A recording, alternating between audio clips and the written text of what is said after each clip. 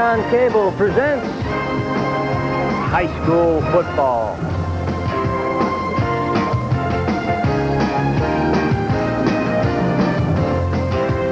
Tonight's game, the Gibbs Gladiators come up county to take on the Seminole Warhawks.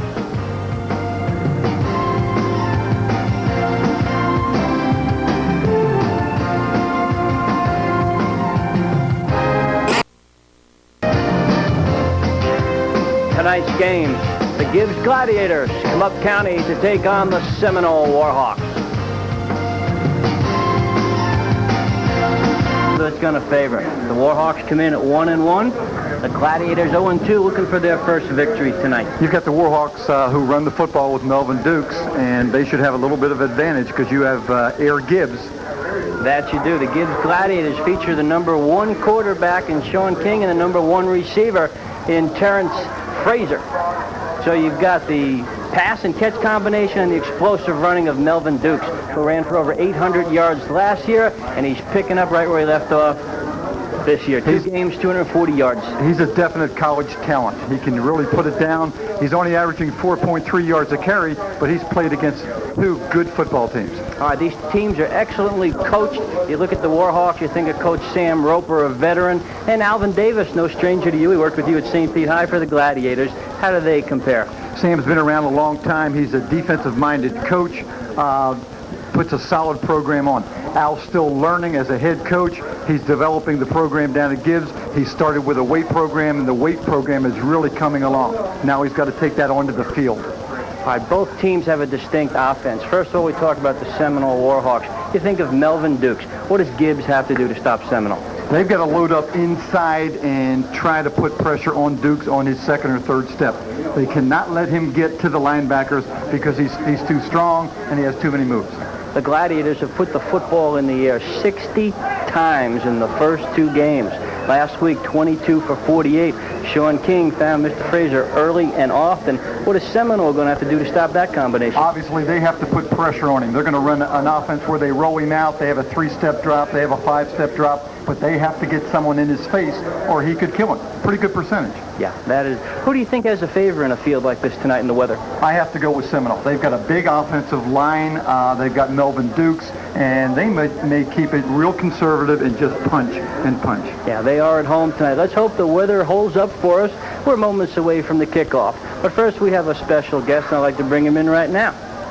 I'd like to introduce Mr. Roy Heinz, the Fellowship of Christian Athletes here in Pinellas County. And Roy, welcome back to high school football on Paragon Cable. Thank you. Good to be back, Jack. I know we had you out here in the tough weather, but I think, it's great for the Fellowship of Christian Athletes to be well-known and recognized in Pinellas County. And I don't think too many of the fans or the players know too much about it. So why don't you tell us about it? Well, first I want to just thank you for Paragon, again, supporting Fellowship of Christian Athletes and letting us have some time on the broadcast. The Fellowship of Christian Athletes is a national organization based in Kansas City. Our local office oversees the area in Pinellas and Pasco counties. We have groups in the schools called huddles, and Jack, what we try to do is there are so many parole models and not enough role models in the sports world today, and what we want to try to do is bring positive peer pressure, positive role models out to these high school kids and just show them that drugs and alcohol aren't the choices to take, but that good, solid athletics and academics are the ways that they should turn. Yeah, you find a lot of the young boys nowadays, they've grown up being macho, only with the guys. When it comes to religion, Coach, it's been a rainy 2-hour stint before the kickoff of this game tonight. I think this field drains well, Jack. I don't think that'll be too much of a problem. It may slow Gibbs down. Gibbs has an advantage with team speed, overall team speed. Seminole has size. Also with that passing game, the receivers know the route they're going to run. Terrence Fraser has been almost unstoppable on his patterns, and also once he catches the ball, that puts a lot of pressure on the secondary for Seminole. Expect the left side of the secondary, Trevor Logan, Brian Merrill, also Jason Shepard, the linebacker, Eddie Brabant on that left side. He's got a lot of work to do tonight. You know that Sam Roper all week was preaching, don't get beat deep.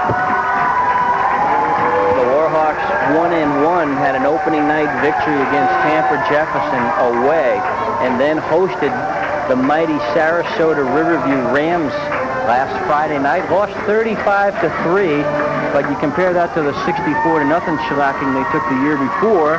That's really not a bad loss. And what's amazing is they only gave up 153 yards total offense to a team that's ranked in the state. Anything can go when these two teams get together. These two teams play, let's call it spirited football against each other. Coach Alvin Davis in his second year heading up the Gladiator program. I know you and he coached together for quite a long time. Was 7 years at St. Pete High and then 15 years up at Pasco.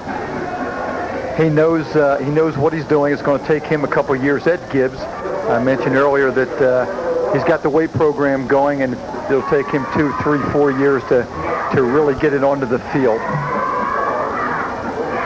Byronton Jackson, number 3, and Kevin Johnson, number 22, are back to receive with Mike Williams, number 7.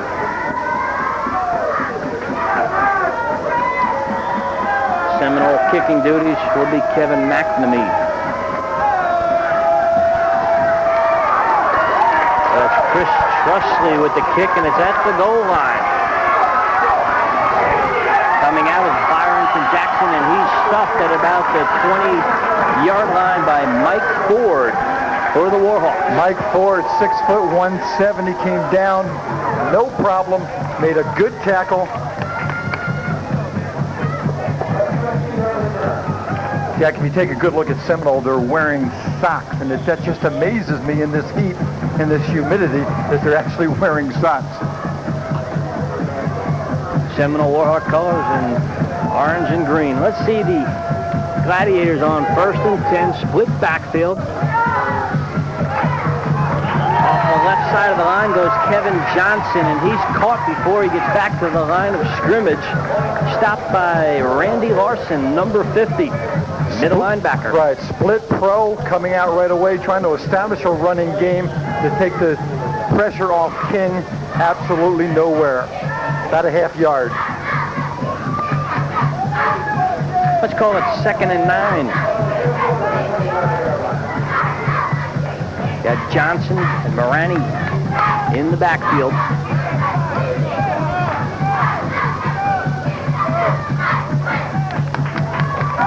The pass, King looks, fires, and there's a flag right away. Pass interference. Mike Kinberg, number 30, on the fence, did not give Terrence Frazier an opportunity to catch that ball. 3-step drop, quick slant inside. Mr. King has a nice fluid delivery, Jack. I watched him warm up before the ball game, and he's smooth.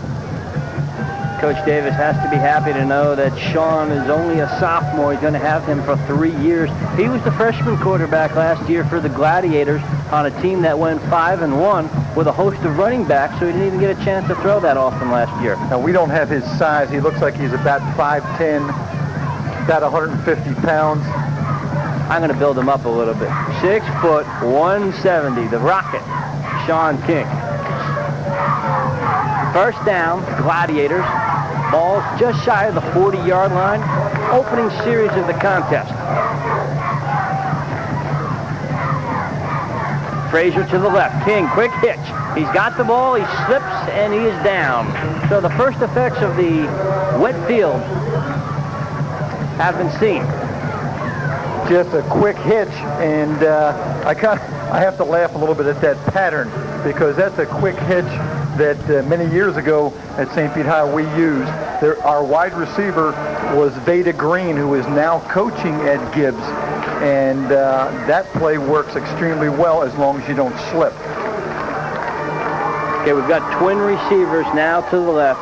Both Frazier and Jackson will flank out to the left. King looks, fires across the middle for his tight end, intended for Ron Fluker. Incomplete. So it's going to bring up a 3rd and about 12 for the Gladiators. I like the call. That time the tight end was open. The quarterback, King, was just a little too pumped up. You just have to have a nice soft touch with that dump over the middle. 60 pass attempts in the first 2 contests. there may be teams in Pinellas County who won't reach that number to the 6th or 7th game. Philip Nash, Clearwater's quarterback last year, threw for a total in 10 ball games of 70 times. Frazier one-on-one with Trevor Logan, the left cornerback here. Let's see. King goes back, looks at him all the way, fires at the post. It's complete. Great execution between the quarterback and his receiver. Kevin McNamee comes over and makes the stick in the secondary, but it's a first down for the Gladiators. And I like the 5-step drop that you're going to see right here by King, and a short post pattern. 5-step drop right inside. It's a timing pattern. Nice looking play.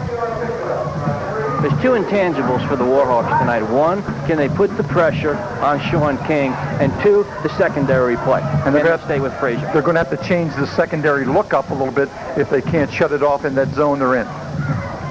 Got man on man again here on the right side on 1st and 10. King looks again, same play, almost intercepted. Good play in the secondary. Coming up very quickly, that free safety there, Trent Lastinger. Or was Kevin McNamee, I believe, 45. Still not a bad throw. It was a catchable ball, but this is a wet field.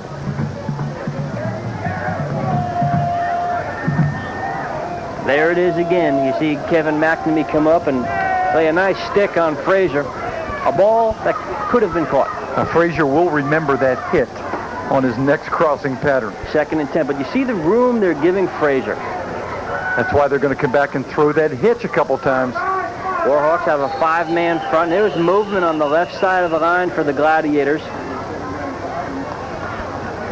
Let's look at that offensive line for the Gibbs Gladiators. Pretty good size. You've got your center, Jimmy Kramer. The guards are Dave Bench and Sean Woodard. Your tackles, Donnie Cook and Marcus Jenkins. A veteran club. 4 of the 5 are returning players from last year. And if you look at the weights, low man's 185, the high's 236. They average out at about 215. Good size. Good high school size. Their counterparts on the defensive side of the ball, the nose guard. Look at this guy, Big Paul Hernandez, 6 foot, 258, a powerhouse. We'll talk about him in a little while. Also, Ryan McAllister, Sean Jency, Carl Pouchet, and Chris Trusley make the front 5. They're showing a 4-man front. King sets up, he's in trouble, he lets it fly. Almost intercepted by Trevor Logan, Trevor Logan on defense. Slot formation into the short side of the field. Just a little up pattern. That's the first poor throw that King has thrown tonight. He hung it up. It should have been intercepted. Sophomore mistake. Brings up 3rd and 15. Warhawks showing man-on-man defense against Frazier. And you see as Frazier flip-flops to the side of the field, Trevor Logan goes right with him. But I believe that safety, Kevin McNamee, has responsibilities to get anything on a post or inside move. King flushed out of the pocket. He's in trouble. He gets around the corner. He's going to have to keep the ball, and he's out of bounds at about the 40-yard line. It's not a first down, not enough. Jason Shepard chased King out of bounds. Good pressure. Pretty good athletic ability by the quarterback. Doesn't show tremendous speed, but he gets back. He feels the pressure. 50's not under control. Gets to the outside. Good quickness, but then has to step out of bounds. That was Randy Larson for the Warhawks applying the pressure. So the Gladiators are going to have to punt the football. Looks like Mike Mitchell, number 44, will do the punting. He will, and Melvin Dukes, number 7, is back to receive. Mike Mitchell does the punting and the kicking. There's a flag and a weak kick. Partially blocked. Takes a great roll, though, if you're a Gladiator fan. Almost to the 10-yard line where it's down. We'll get motion, I think, on Gibbs. They weren't set before the snap. We're scoreless if you just tuned in with 9 minutes to play in the first quarter of action. Gladiators showed their passing offense. Warhawks defense equal to the task. They're going to bring it back. Pretty decent opening drive for Gibbs on a wet field throwing the football. But they must run the football a little bit in this football game to stay in it. Gladiators are backed up 5. Mike Mitchell will set up at his own 38. Low snap. It's on the ground. Warhawks have the football at the 37-yard line. Well, the penalty hurts the Gladiators, and Mike Kinberg on special teams falls on the ball. Something you might expect on a wet field. Low snap. He couldn't pick it up. Couldn't get rid of it. Great field position for the Warhawks. You know, I'm not certain. I wasn't looking at if they switched the footballs. You know, after that kick where the ball got wet. Here's another look at it. It's on the ground. He's fumbling around. Gets nailed. Tough break for Mike. Here come the Warhawks. Avery Taylor, the quarterback. Melvin Dukes, Mike Powell. Straight up the gut goes Mike Powers, the big senior fullback, for a pickup of about 6 yards. And Ron Fluker for the Gladiators makes the hit. Split back, just straight dive. Well, you know the Gladiators are going to be keying on Melvin Dukes, so any kind of counter without Melvin Dukes should be effective tonight. With big offensive line, you're going to get your splits out a little wider and just try to hit the seams. Second down, 4. Powers and Dukes in the backfield, Ford in the slot. They go to Melvin Dukes. Power over one would-be tackler. First down yardage at the 27, and Mike Mitchell comes up and makes the hit. You know, Melvin Dukes plays a little bit stronger than his size. He's 6 foot 172, but he runs with authority. He was about to get hit, threw a forearm up, got an extra 2 yards. First down for Seminole. Twin receivers to the right, Mike Ford and Tim Shumagala. Avery Taylor hands off to Melvin Dukes. He's loose in the secondary. Makes it look easy. Touchdown. Warhawks at home, 27 yards. Hot knife through butter. There you see a good look at a very, very good back who has got the ability to cut back against the green. Straight dive, had 3 people had a shot at him. He just gave him a little leg and cut all the way back across the field. We came to see Mr. Dukes tonight. He's putting on a show early. Kevin McNamee will attempt the extra point. Good snap. It's a fake and a pass. It's picked off by the Gladiators. Did not fool Gibbs. And Vassily Graham picks the ball off. So it's 6-0 Seminole. Surprise play. Here's a good look at that touchdown with Dukes slashing up inside, cuts back to his right. One more good legs and great vision. So a surprising trick play on the extra point from Coach Sam Roper. But it was defensed well. You know, when you put a wide receiver all by himself out there on the corner, you're going to draw some attention. And if he's covered, you just have to go back and kick the football. That was a nice play by Graham for the Gladiators. He stepped up in front of the receiver and picked that one off.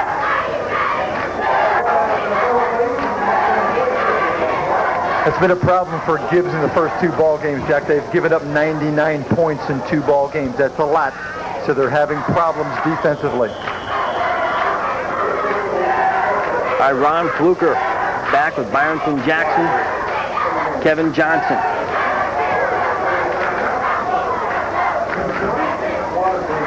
And there's a timeout on the field for a water break. We're going to do the same. We'll be right back.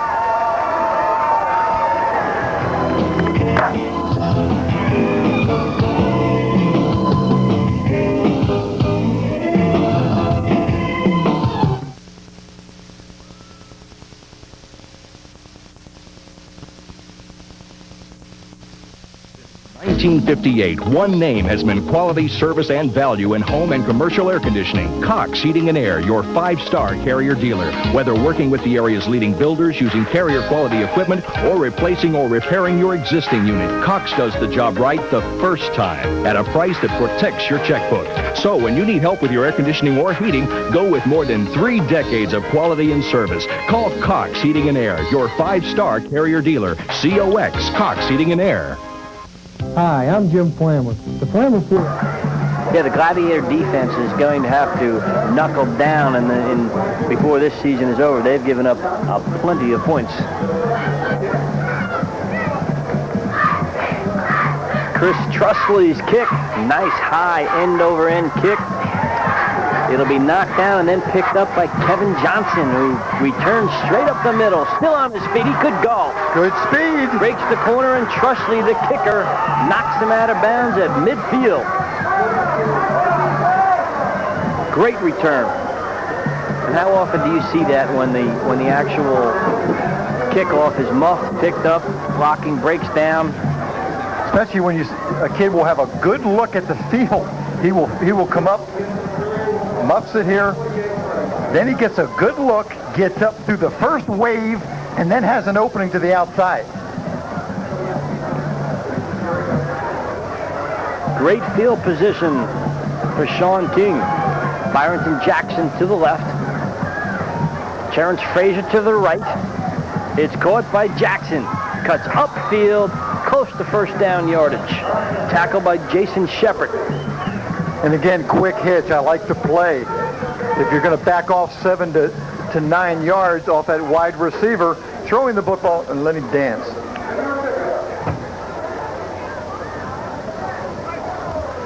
Secondary for the Warhawks tonight. Going to have their work cut out for them.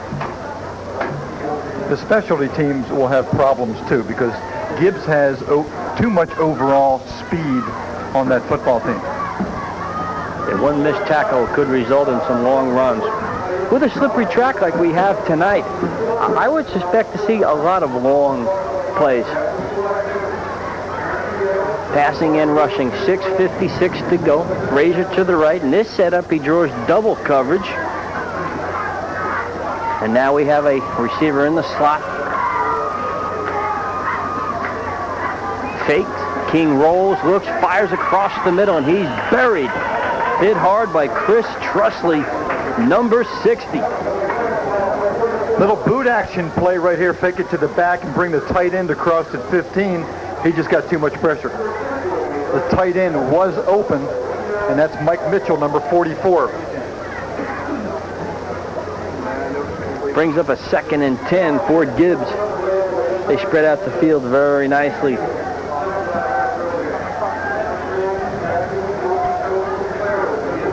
They get the running backs involved in the game. In the draw play, they're going to be tough. Same set. King rolls right, in trouble, lets it fly. And that is incomplete, attempted for Byronton Jackson. You know, we say we're going to see that pattern a lot. If we don't see Frazier running the post, we'll see Frazier running the flag to clear out the zone, and then Byronton Jackson will try to do that quick 5-yard out, see if he can get open. There's about 3 patterns off that double wide out there. And you're right, that out and up, if they suck the corner, okay, in on the post, will be open. But it's a dangerous pass. 3rd and 10, an obvious passing situation for the Gladiators, but almost any down is a passing situation. Jackson to the left, Frazier to the right. King gets protection, fires across the middle, incomplete. I don't know if that hit Ron Fluker or hit the defender. Carl Pouchet, needless at 0 for 3. 3 and out for the Gladiators' Sean King. Now, Fluker heard footsteps on that one. When you go over the middle and you know that linebacker's there ready to take a shot at you, you kind of get that head swiveling around a little bit. And that's what happened with Fluker. Melvin Dukes goes back to receive the punt at about the 10-yard line. Mike Mitchell gets a nice snap this time and a beautiful kick high into the night. There will be no return.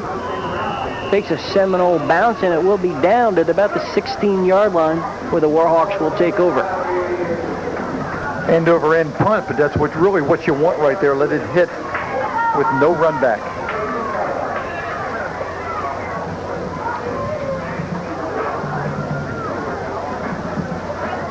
Warhawks had one drive offensively for a touchdown. They are leading 6-0 in the first quarter. 6 minutes, 14 seconds left.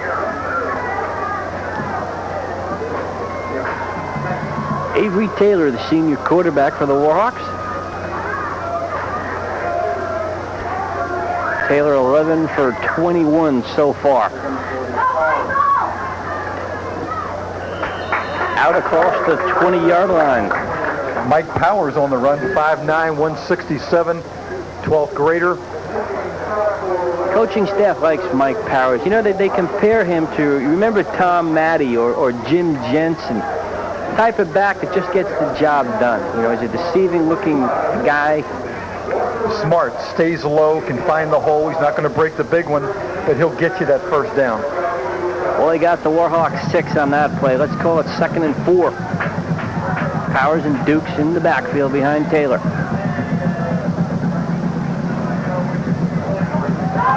Hand off to Melvin. Look out. Melvin's gone. Touchdown. No flag down on the field. It looks like it will stand. Look easy. From 69 yards out. Melvin Dukes. He's got a highlight film here he's going to be able to send to the colleges. Looks good. Now Gibbs is making it look easy.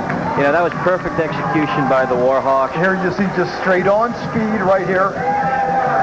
Going behind the right side of the line, Carl Pouchet, the center, Ryan Dougherty, Sean Jency.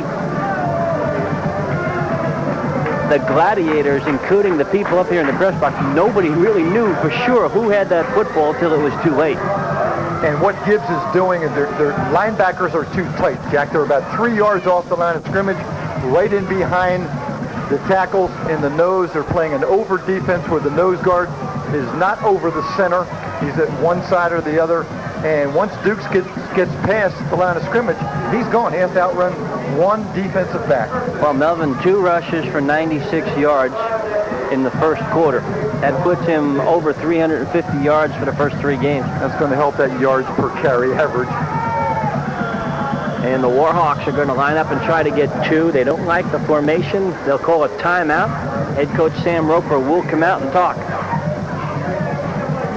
But defensively, Gibbs is going to have to back their linebackers off when you have a Powers and a Dukes. You can't cheat up and stay on the line of scrimmage. It's just not sound defense. I tell you what, also, Melvin Dukes likes to run on television. In the last 2 years, Melvin Dukes has run wild in any game we've done here at Seminole High School. And I'll bet you he has about 7 or 8 touchdowns of over 50 yards in those 3 games that we've covered him. Big J.J. Dinero, the sophomore, 6'2", 280-pounder, just came off the field for a blow. You should see him get behind a baseball. Warhawks clicking on all cylinders right now.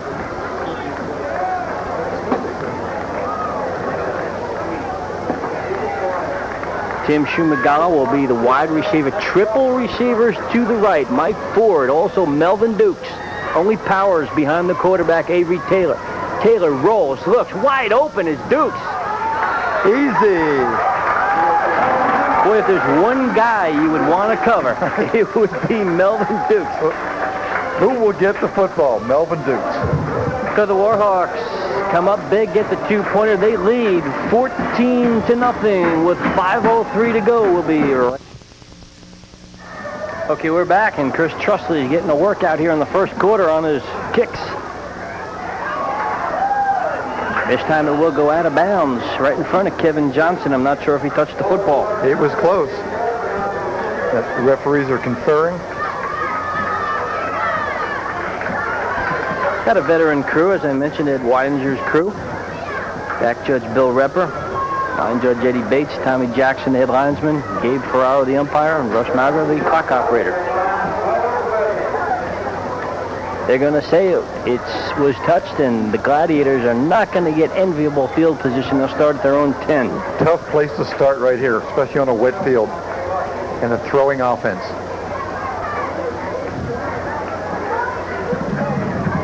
Well, I'm sure they'll wind it up. King with 3 completions on 10 attempts. Gibbs calls a timeout.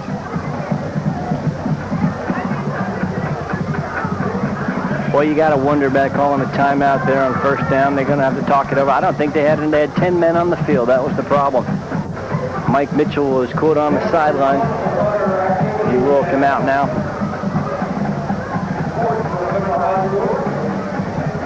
the Gladiators. Their offensive coordinator, Dave Kleppe, is out on the field. Alvin Davis's group, Charlie Wilson, Bob Molds, Mike Taylor, Johnny Edwards, Alfonso Fuller, Charlie Mack, and Vader Green. I'm sure Dave Kleppe's a little bit upset. You don't like to take those. I mentioned before, Jack, I'm really impressed with King's delivery. He is smooth throwing the football, especially for a sophomore. He's a slinger. Again, it's Jackson and Frazier, wide receivers. Johnson and Morani in the secondary. They're going to give it to Johnson. He tries the left side, gets it out to about the 13-yard line. Off the bottom of the pile is Randy Larson for the Warhawks. Not a bad idea. You've got to establish some type of a running game. You can't throw it on every down. You know, you've got real good size for the Seminole Warhawks up front when they're in that 50 defense. Paul Hernandez at 258 at the nose. And then the tackles, Sean Jency at 235, Ryan McAllister at 202. The ends are even bigger. Trusley at 242 and Pouchet at 228. Wide splits. They're going to try to come in. Quick hitch. Frazier bobbles it, but completes the pass at the 20-yard line. Tough call by the official because he went down on that wet field trying to see that whether it was a catch or not. Trevor Logan makes the tackle. Trevor has to go one-on-one all game tonight, it looks like, with Terrence Frazier. And, you know, I think maybe Terrence Frazier might be setting up the Warhawks. They show post. Sooner or later, he's going to run that post corner, and maybe Sean King will hit him. But I like that idea. Spread him out wide, and there's a mismatch on the outside with that defensive back and the wide receiver. You remember last year's secondary all-county performer, Freddie Malk, who graduated last year, was a good one. 3rd and a foot. Quarterback keeps it, and King gets the necessary yardage, but then gets shoved backwards about 5 yards. Good idea. You only need a foot to have your quarterback just fall down. Todd Jackson, one of the Warhawks, in on the stop.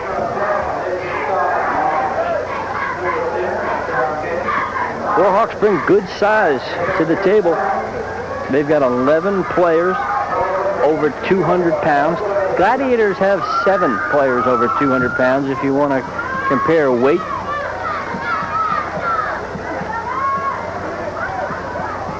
Then you compare that with the Sarasota Riverview that has 33 over 200 pounds. That's amazing. King fires a post across the middle. It's complete. Little spin move by Ball's on the ground. Jackson. Who's got it? Jackson did a nice job making the catch. Tried to do a little too much to break that tackle. No indication yet. Gladiator football.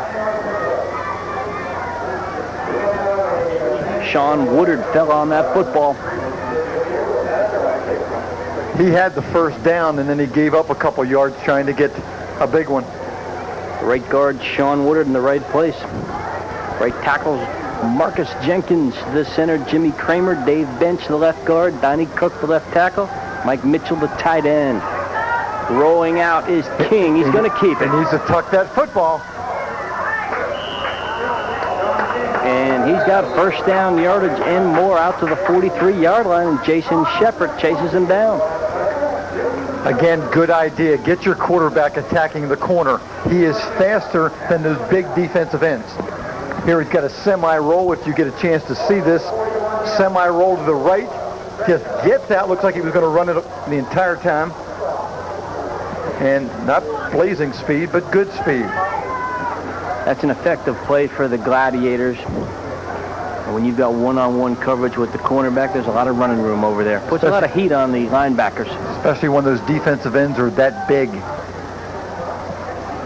Twin receivers to the left. King fakes in the line. He's going down. Number 50, Randy Larson, completes the sack on King. He had some help from Todd Jackson. They were both in there. Sean Jency also gave a little help in there, number 52. You know, it's opportunistic for the Warhawk defense when they know that King is going to throw. They can just pin their ears back and come. That's why Gibbs has to throw in a couple traps. You can make the traps work even if you don't block well when you throw it that much.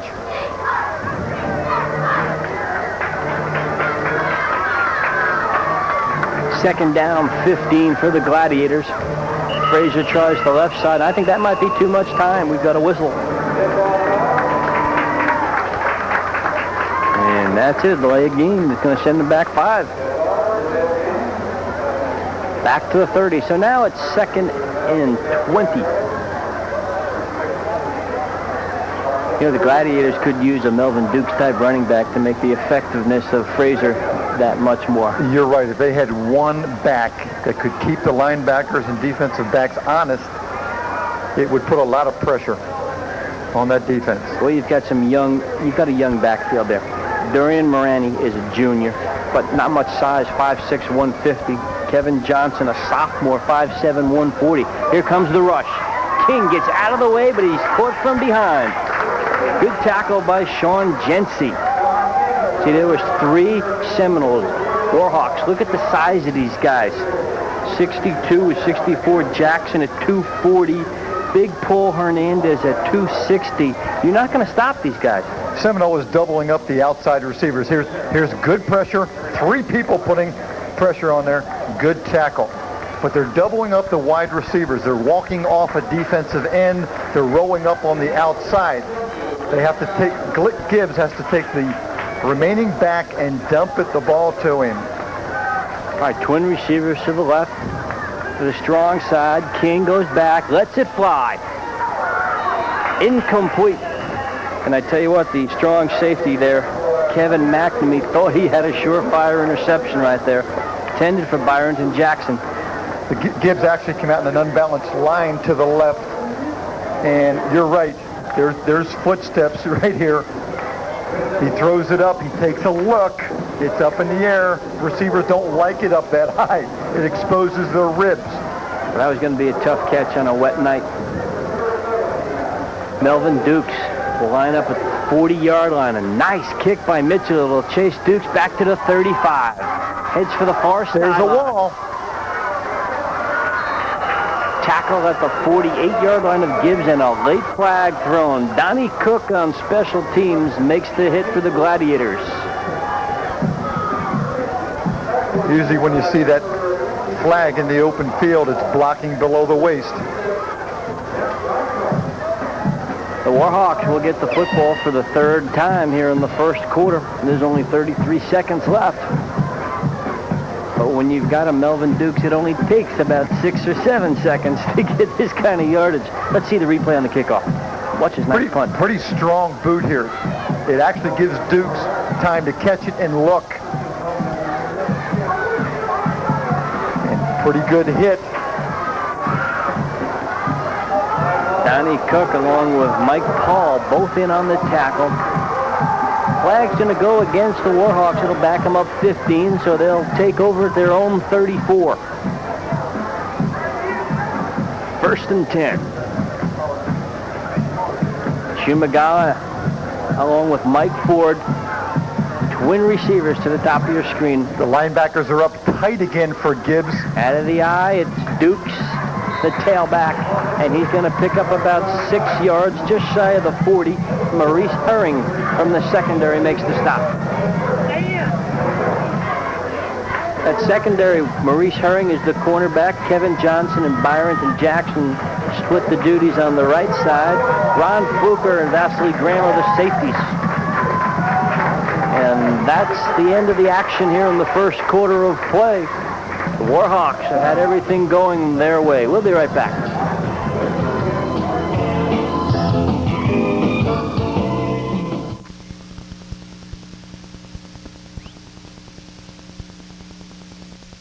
No pressure and no hype at the Flammer dealerships. That's just not our style. We simply concentrate on giving you solid value, like the new look 92 Taurus. Over 50 Taurus sedans and wagons in stock at our 2 locations. You won't get a better deal. Plus, you get a new 3-year, 36,000-mile bumper-to-bumper warranty. The Flammer dealerships, Carl Flammer Ford, Tarpon Springs, and Flammer Ford of Spring Hill. Where did the Sharks in Sankey get those great shirts? On the Nards! Where did DePaul get those school shirts? Where did O'Keefe's get those embroidered shirts? Uncle Nards! Uncle Nard, everybody's favorite uncle, can help your team, school, or business improve its image with custom screen printing and embroidery. Even movie stars get their shirts from Uncle Nard. Where are you going to get your shirt? At Uncle Nard's, located on Belcher Road, 1 block north of Gulf to Bay. We're back for the second quarter of action of tonight's game, brought to you in part by Admiral Farragut Academy. Remember, they're a privately, fully accredited boarding and day school for grades 5 through 12 with 1 year of postgraduate program. Experience the quality of an Admiral Farragut education. Give them a call today, 384-5500. First down for the Warhawks. Twin receivers to the top, Dukes and Powers. Ball's given to Powers. He plugs his way across the 40. Picks up a long yard. Nice stop inside by Marcus Jenkins. Maurice Herring, number 4, also in on the hit. Dr. Corns Foot Healthcare is here to sponsor us again tonight. Remember, take a step in the right direction. When your feet are in good health, you feel a lot better. So call Dr. Corns Foot Care Center today at 546-2667.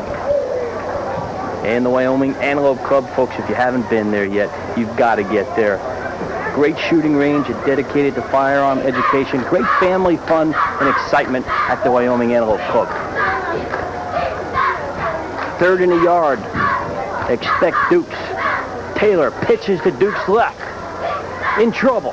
Breaks 1 tackle, but good tackle by the Gladiators. They stepped up, and that's going to be a loss of about 2. The Gladiators adjusted well. It looked from up here like unbalanced left, and they swept to the left. Dukes also bobbled the ball where he took his eye off the line of scrimmage. So that brings up a 4th down for Seminole, and it looks like they're going to have to punt the football away. Their first punt of the evening. Remember the trouble the Gladiators had on their first punt?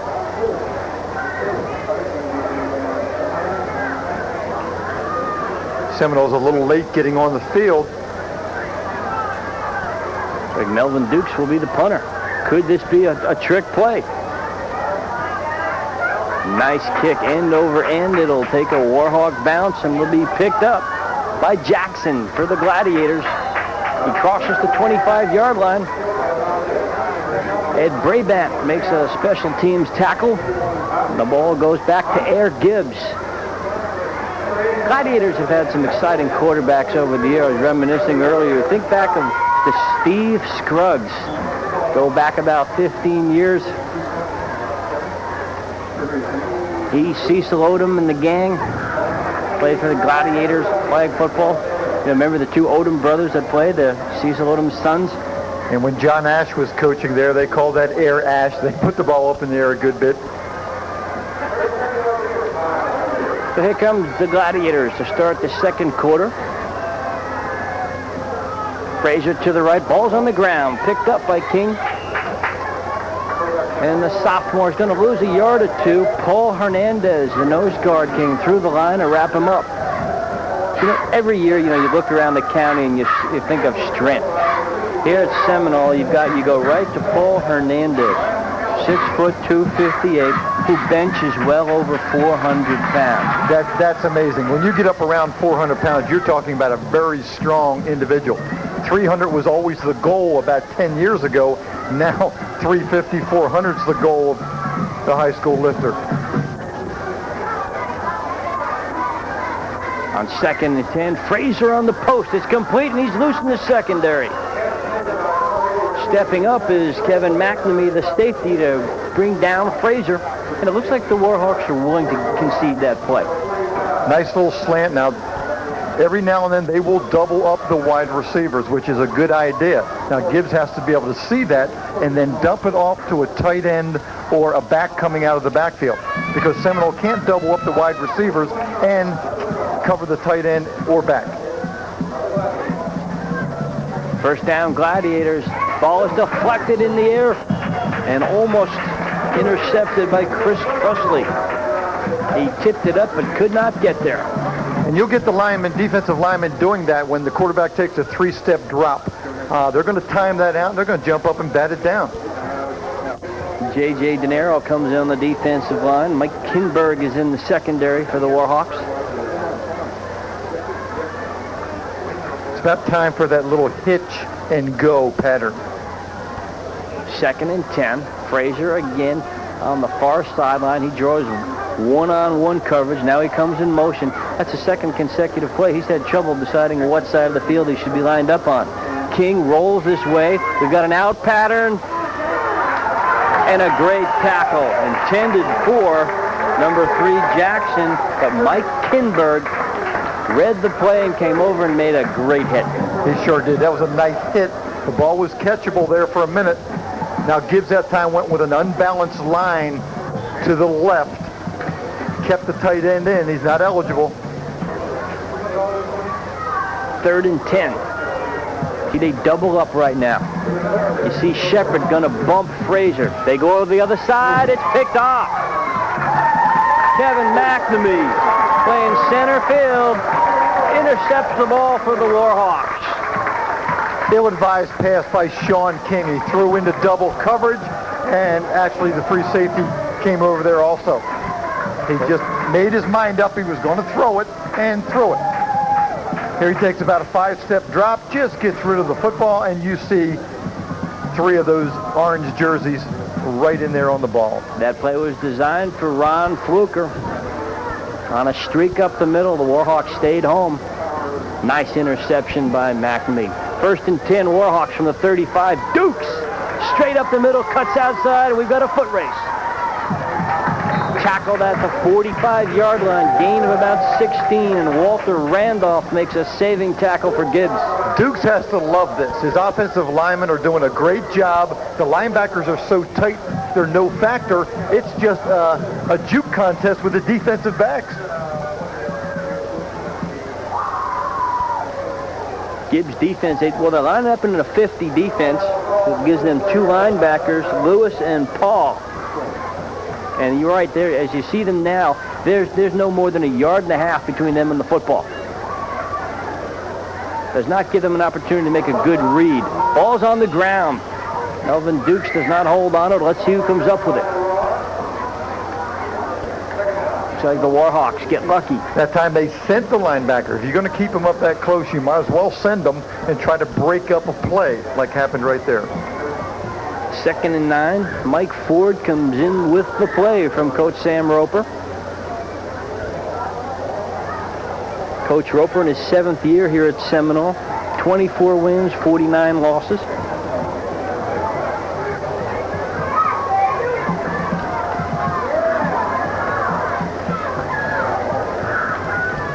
Hand off to the fullback. Mike Powers gets maybe 1 yard or 2. Bring up a 3rd and 7. Greg Lewis on the tackle for Gibbs. Good job defensively by Gibbs that time. Shut that quick dive down. Lewis did a great job of getting over, getting underneath.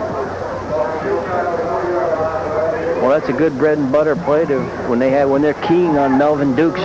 Pop the fullback. Slashing play right here. Quick dive on the ankles right away by Lewis.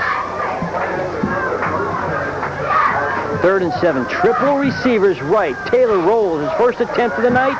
He lets it fly. It's complete for the first down at about the 27-yard line. Nice pitch and catch. Tim Shumagala makes his first catch of the night. Mike Paul makes the tackle. Good idea. Got on the outside, had plenty of room. You could see all 3 receivers. Nice pass. Tim Shumagala, one of the baseball players here at Seminole.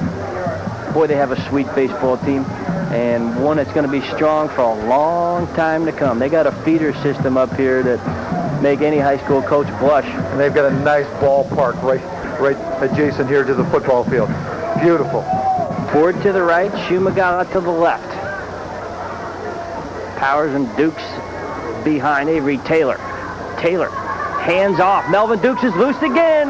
He's going to go in. Touchdown. From 25 yards out, he makes it look easy. His 3rd score of the game.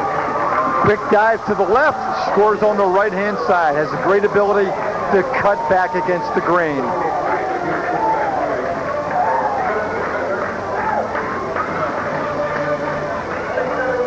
A Division I prospect, Melvin Dukes, being looked at by North Carolina State, South Carolina, University of Florida, Ole Miss, Miami, Southern Illinois. He's got the talent. And hopefully he has the grades. I know we preach about that every week, but that's so important. They have to qualify. All right, the Warhawks in a split formation now come in for the conventional point after, and we've got a whistle. Let's expect movement on the line. Let our officials sort it out.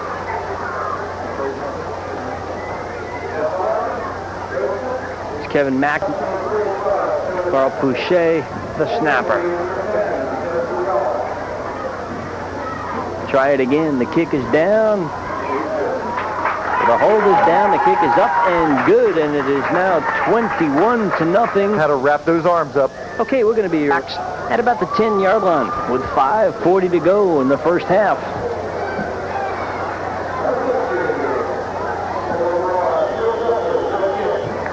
Chris Trussler's been busy. He's getting some good practice in here on kickoffs.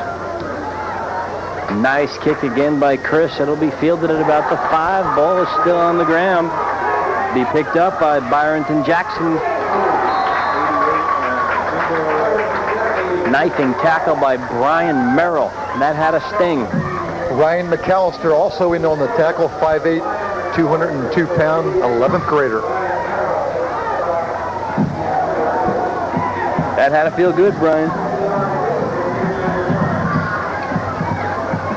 Here's a pretty good boot, not handled well. It's a wet football.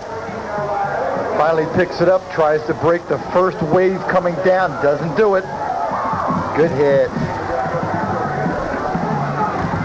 Gibbs need a big play. King's going to hand off. Nice knifing run. Pickup of about 7 or 8 yards goes Marlon Green, the senior running back. And Jason Shepard makes the tackle. There's the first sign of a running attack right there, and Gibbs needs it. Even down 21-0, you've got to establish the run a little bit to take pressure off Sean King, the quarterback. Here's good leg drive, good running up inside. He administered a little punishment right there, didn't he? Gain of 9, 2nd and 1. King hands off again. There's first down yardage. Out to the 35-yard line. Carl Pouchet comes up and lays a stick on the ball carrier, but it's a first down for Gibbs. You've got Donnie Cook leading out there as a blocker, doing a pretty good job. Jason Shepard coming off. Here you got a lead blocker coming around the corner here. It helps. Good speed, good hit. And young Kevin Johnson will get a first down for Gibbs. They're first on the ground. Unbalanced line to the right. Jason Shepard is shaken up on the play. Right side, down the ground again go the Gladiators. 3 consecutive runs. And this time, very little gain. Defense led by Randy Larson and also Paul Hernandez make the stop. Larson's been very busy tonight in the first half. Here, hopefully, you have some type of a play-action pass off that same run. They showed the boot before, dragging the tight end across, and that would be open if he has time to throw it. 2nd and 9. Frazier comes to the left, just out of your screen. 2nd down. King looking at him all the way. This time it's the flare out of the backfield. It's complete. Heading cross field is Byronton Jackson. He's loose. He's still loose and across the 50 to the 40. He might go to the 30 and saving tackle at the 20-yard line and a late flag. Trevor Logan in on the stop for Seminole. Nice looking swing pass coming out of the backfield. This will take the pressure also off your quarterback. Nice touch here by Sean King. Loops it out. Now you're going to see some wild running. He's going to come all the way back, almost gives up the gain that he had in the beginning, but shows good speed, gets all the way down, and we might see this penalty at the very end. Gets all the way down. Byron Jackson breaks 4 tackles and runs 45 yards with the football. It's going to be a personal foul against Seminole, which will take Gibbs yet closer to the goal line. They're knocking at the door here in the second quarter.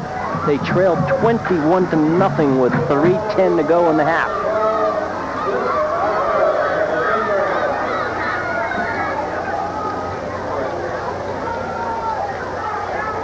Last week, the Gladiators lost 57-20 with 20 points on the board. Second back through.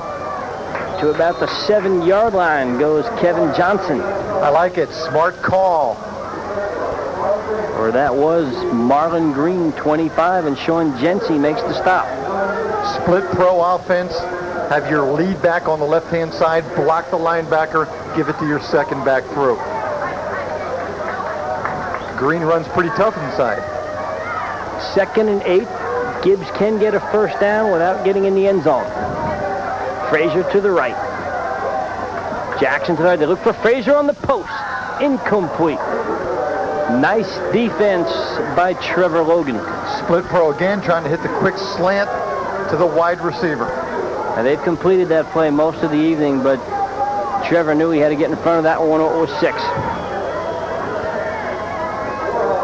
That's a tough play for the defensive back to play that inside coverage that close to the goal line. With a timeout on the field, we'll be right back. 3rd down, 8. Big play for the Gladiators right here. With 2 minutes and 19 seconds to go in the half, they desperately need a score. And a quick whistle. Let's see who that's going to go against. Both Johnson and Green are in the backfield behind sophomore Sean King. Sean King had been held pretty much in check yardage-wise until that long gainer right there by Byron Jackson.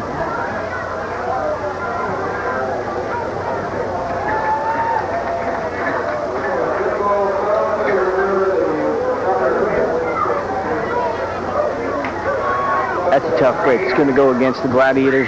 Move the ball back to about the 14-yard line, or it's a 3rd and 13. And that takes it from a possible 2-run situation to a definite pass.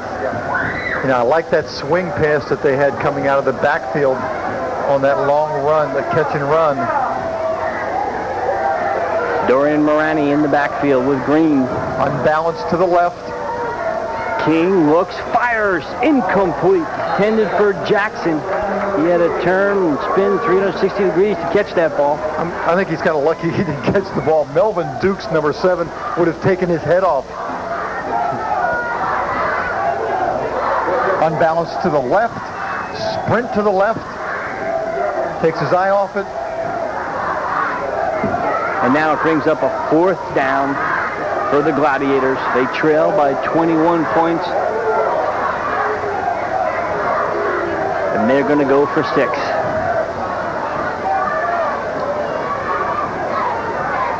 Twins to the right. King rolls right. Lets it fly. And it's Touchdown. But there is a flag down on the field. Touchdown, Gibbs. May have been pass interference. Officials are going to sort this out, but I don't think the touchdown's going to stand.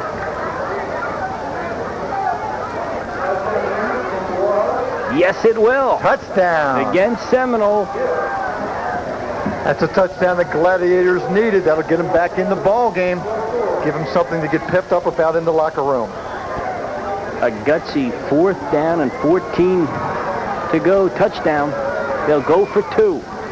Straight dive to the right side. They're in the end zone. A 2-point play. Our score is 21-8 here with 2 minutes to go. And Coach, how big was that touchdown pass? Ooh, that really helps that locker room talk.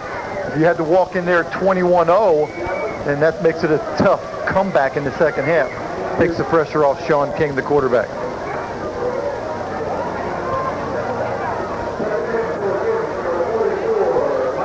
And Melvin Dukes will go back to receive this kickoff. Tim Shumagara will also be back with Mike Ford and number 42, Trevor Logan. Mike Mitchell will kick off for Gibbs. 2 minutes is plenty of time for Melvin Dukes. You would assume that the Gladiators would back everybody up, but Squib kick off to the left. It will stay in bounds, and Logan from the 14, straight up the sideline, just shy of the 30. He'll be hit by Ronnie Baxter on special teams. good idea. He knows that's a free football. You don't let it bounce around. It sort of a squib type kick. It bounces up. Free football. He grabs it. You get as much as you can right up the sideline. Good job. Trevor Logan. Smart play. 71 yards from the end zone. The Warhawks will have twin receivers to the left, both Ford and Shumagara. Also Dukes in the slot. We've got triple receivers left. Taylor rolls that way. He's in big trouble. Marcus Jenkins sort of knew where that play was going, didn't he? Number 70. When you take your quarterback, Taylor, and you roll him out to the three receiver side, he can't see the crashing defensive end.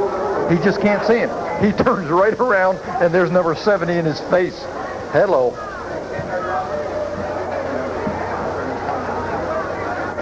Loss of 10. The clock keeps running. We're down to 1:04 to go. Same formation. Let's see if Coach Roper said run it anyway. Inside, reverse to Dukes. Breaks one tackle, spins a second and a third. Good move. Touchback across the field. He's going to go. He's going to go. Look out. Ball's on the ground. Melvin Dukes to the 20. I love that play. Another highlight run by Melvin Dukes. Just a counter trap, and just shows you about every move you can think of. Dorian Moran makes the stop and a saving tackle. I tell you what, if this was ESPN, SportsCenter would be tied up tonight on Melvin Dukes. Here you're going to see Dukes. Here's a good stop move. Step to the inside, back to his left. Here's the cutback. Number 75 waves at him. And it's coming back. Unfortunately, all those moves are going to come back. Hometown crowd doesn't like the call, but boy, they get excitement here in Seminole when you get to see Melvin Dukes every Friday night. Jack, when you have a young man that can cut back that way, you'll get a lot of clips. Here's his teammates are trying to set up for a block, and all of a sudden he's running the opposite way. You know, the line coaches probably don't have much trouble trying to convince the linemen that they've got to move from one block to the next, to the next, to the next when you've got Melvin Dukes running. Same formation, trips to the left. Second down, 10. 17 seconds left. Taylor rolls and he gets around one tackle. He's going to keep the ball. And Taylor gets a first down and a nasty pop just at about the 45-yard line by Ronnie Fluker. Hello, Avery. That time Avery outran Marcus Jenkins to the outside. Same play where he got sacked before. This time he just saw number 70, outran him. Showed a little quickness there as he turned upfield. 8 seconds remain in the half. Let's look at that play. Here's a rollout to the triple receiver side. You see the very end of it. And here's your quarterback lowering his shoulder, running like a fullback. Good job, Avery. Showed us some good speed there. You know, it's only halftime, and Melvin Dukes has got to be exhausted.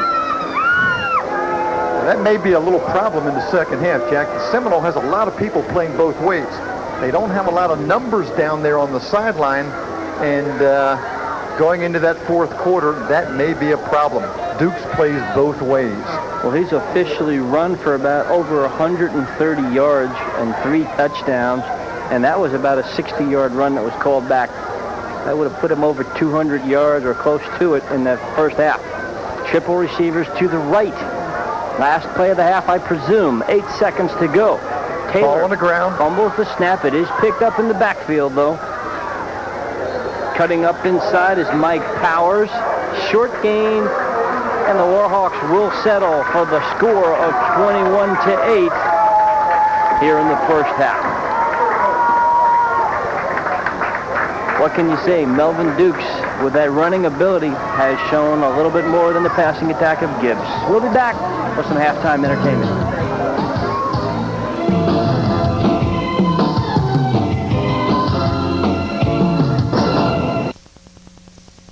Rushing for Seminole. The Melvin Duke show right here. He's really doing it all. Powers is helping him out a little bit, but he has just shown us some outstanding runs in the first half. You see, the Warhawks only have 2 first downs, and that's because Melvin Dukes has 3 touchdown runs, one of 25, one of 27, and one of 69, and about a 60-yarder called back. Unofficially, he's 8 carries, 182 yards, which puts him at about 425 yards through 2.5 games this season. Tremendous looking running back, but Gibbs is hanging in there. Came back at the end of the first half to put a score in there. Sean King with 108 yards passing. Sean was 8 of 21, and that was a great big 4th down play where Sean King hit Terrence Frazier for the touchdown. A 2-point conversion was good. That had to give Al Davis something really to get hopped up about in the locker room. And you're not out of the ball game at 21-8, and you can come back. 21-0 would have been a very difficult halftime talk. I feel the keys here in the second half is who's going to score first. If it's Seminole, it could be all over. If it's Gibbs, they're going to make a strong run. Also, conditioning will have something to do with it. Tonight's game brought to you, as always, by Gulf Shore Sports Store, the oldest sporting goods store in Pinellas County for all your sporting needs, whether it be uniform, athletic shoes, or equipment. Where the pros buy, Gulf Shore. You know, you see those beautiful lettered jackets and club jerseys in the stands. Who do you think they buy them? At Gulf Shore. Go on down there and tell them Jack Taylor sent you. Also back again with us this year, proud sponsor of Gulf and Southern Mortgage Corporation. You want to ask for Tim Condren? Go on down there. Hey, if you folks, your parents that are listening up, if you haven't refinanced your house right now, you know those rates are down in the 7s. Save yourself $50,000, $60,000, $100,000 at Gulf and Southern Mortgage Corporation by refinancing. Do it now.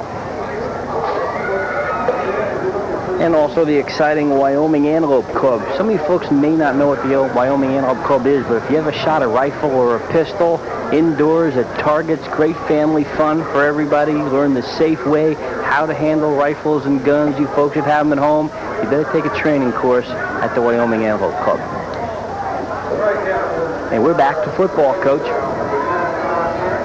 We had a little bit of intermittent rain, came down right at halftime. It may be a problem opening up the second half.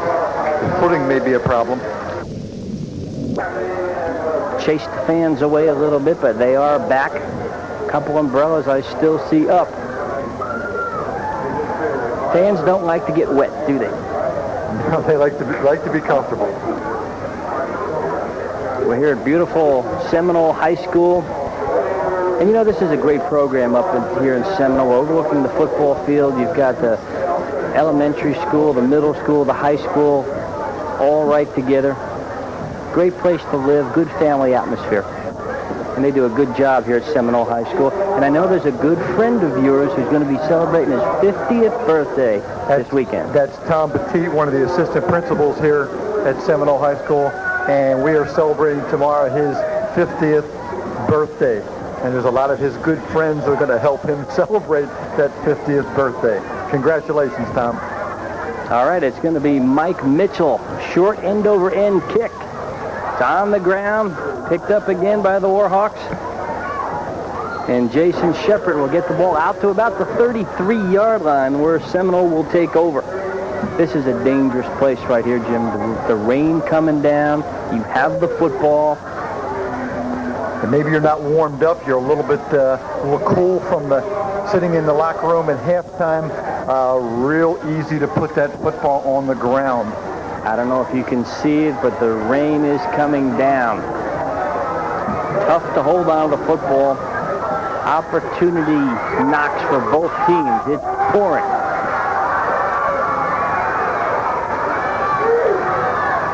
First and 10 from the 33. It's Melvin Dukes on the right side. He heads for the sideline. Look at the speed. Knocked out of bounds at midfield. A gain of 15. Good idea to hand the ball off in this type of weather.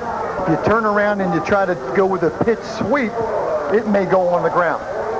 You have to get a little conservative here, get the quarterback, take the ball, and stick it in the belly of Melvin Dukes or Mr. Powers. Nice crackback by Mike Ford, number 3. Watch this block. And Dukes sees this whole thing, steps inside and then goes out, turns the corner. Good hit.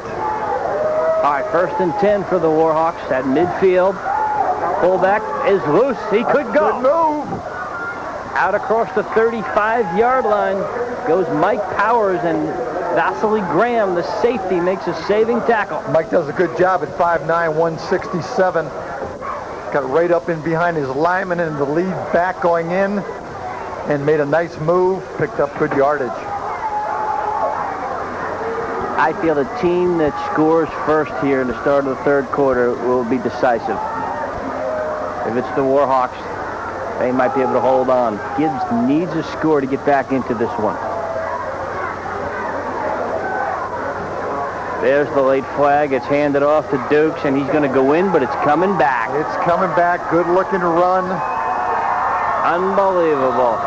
And you know the guy that feels bad is Mike Powers. Mike Powers. Now, Mike... I tell you what, he got back, but I don't think he got in position. He was moving as his offensive line was snapping down. It has to be set for 1 full second. It informs us, our clock operator, Russ Marger, here in the booth, and he was not set for 1 full second. Tough break. If Mike had taken that step and just jogged to the outside, there wouldn't have been a penalty. Coach Davis will say, I'll take it any way I can get it. Bring him back, push him back, way back. Cost them 5 on the field, 6 on the scoreboard.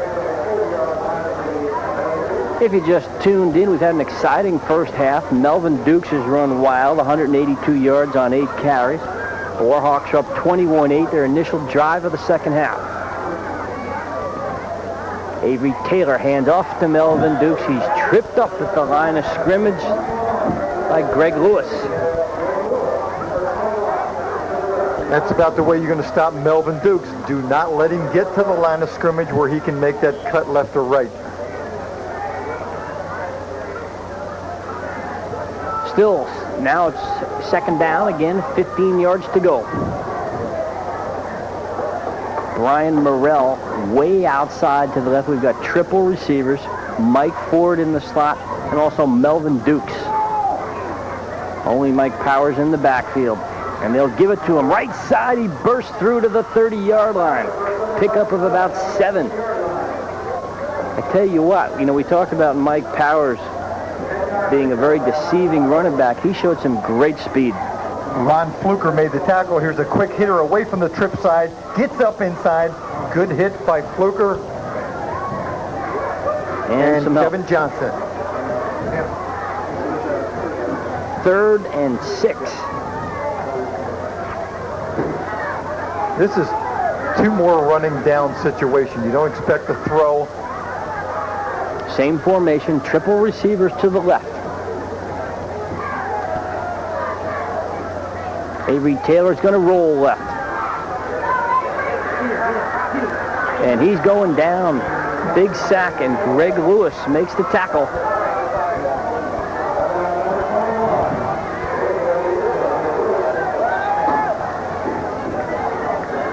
Again, very, very difficult to take a quarterback and have him reverse out to the trip side where he doesn't get a chance to see the defensive end and the linebacker coming.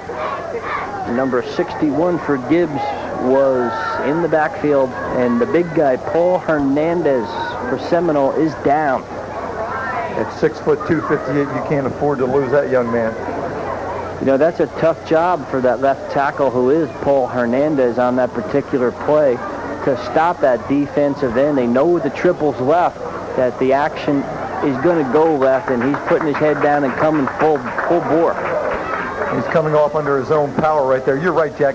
It puts a lot of pressure on Avery Taylor because you're taking a right-handed cornerback, you're reversing him out to the trip side, and then he has to turn around and try to find receivers. That's a difficult play.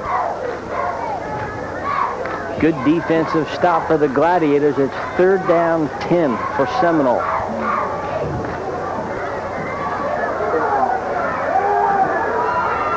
They have not changed the down marker. Officially, it is 4th down, we believe. 4th and 10, and here comes the rain once more. Seminole looks like they're going to line up in a punt situation.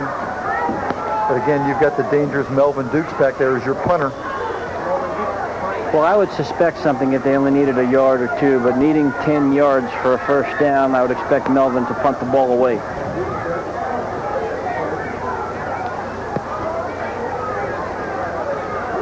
High snap. He's going to keep the football.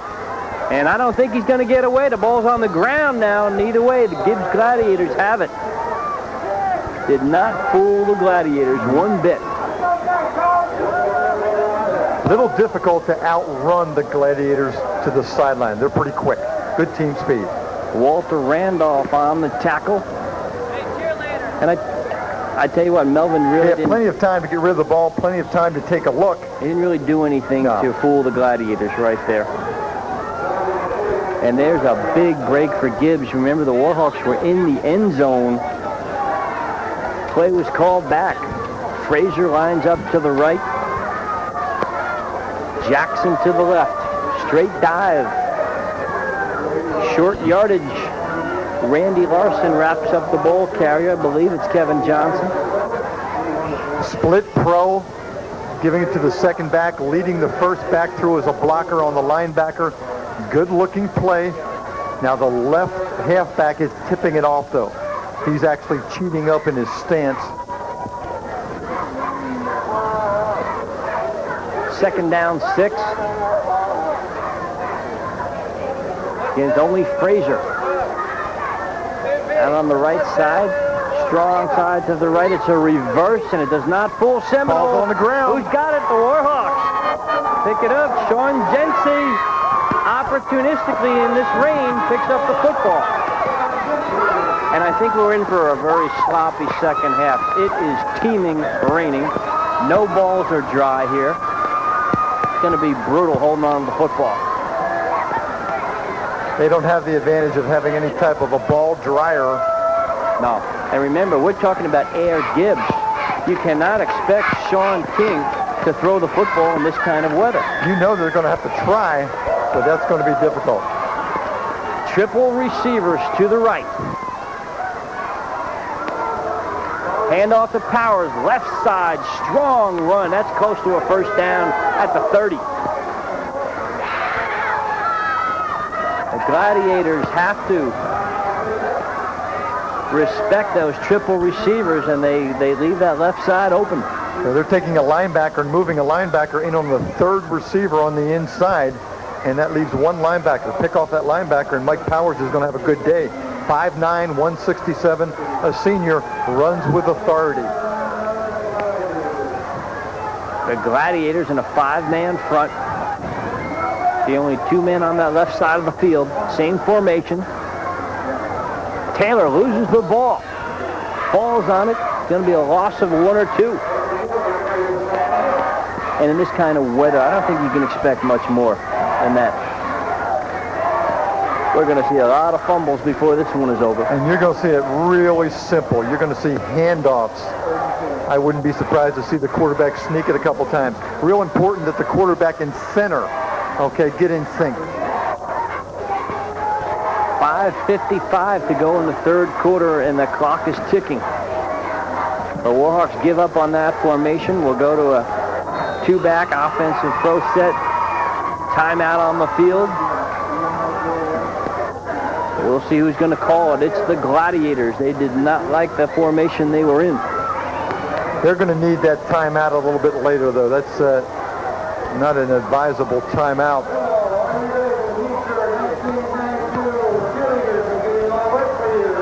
Melvin Dukes, 3 long touchdown runs have been all the scoring for Seminole. And conversely, Sean King to Terrence Frazier. What we expected, the top quarterback and the top receiver teaming up for a touchdown, and one of the top running backs as well for Seminole. Next week, the Warhawks travel to Clearwater to take on the Tornado. That's going to be a good test for them, too. Clearwater has a good football team. But I'm really impressed. I think Seminole has a much better football team. They're always well coached, and they have some offensive linemen that really seem to get off the mark. And after that, their next test is the Northeast High Vikings, so it doesn't get too easy. They're in a very tough district. I think that's 5A District 8. Northeast is 2-0 in the district coming into tonight's game, as well as Sarasota Riverview. Triple receivers right. Taylor looks. It's complete. Quick hitch. And out of bounds at about the 20-yard line goes Mike Kinberg. Ron Fluker chases him out. There's a gutsy player right there, throwing the ball in this rain with this wet field.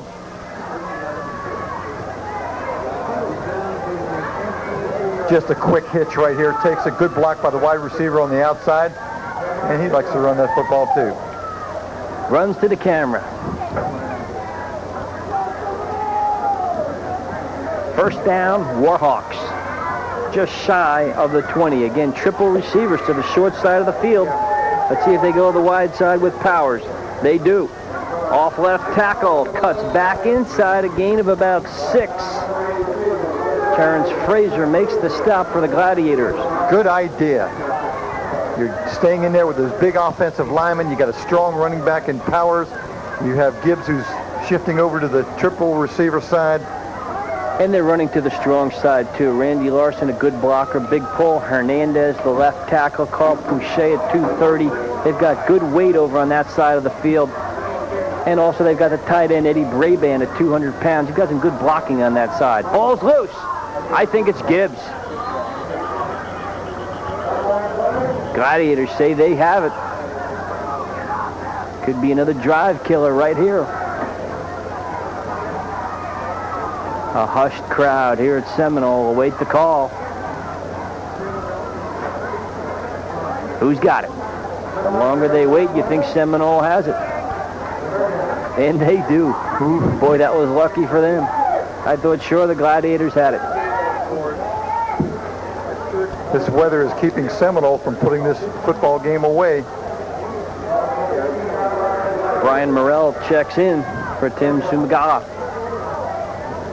Pretty tough third down situation right here on a wet field. Ford left, Merrill right.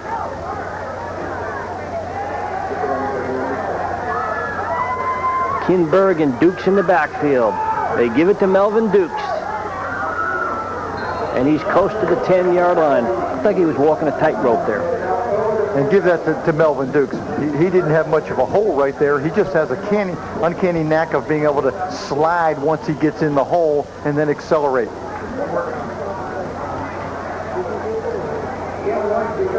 He spots the ball inside the 10 at the 9-yard line, so it's first and goal for the Warhawks.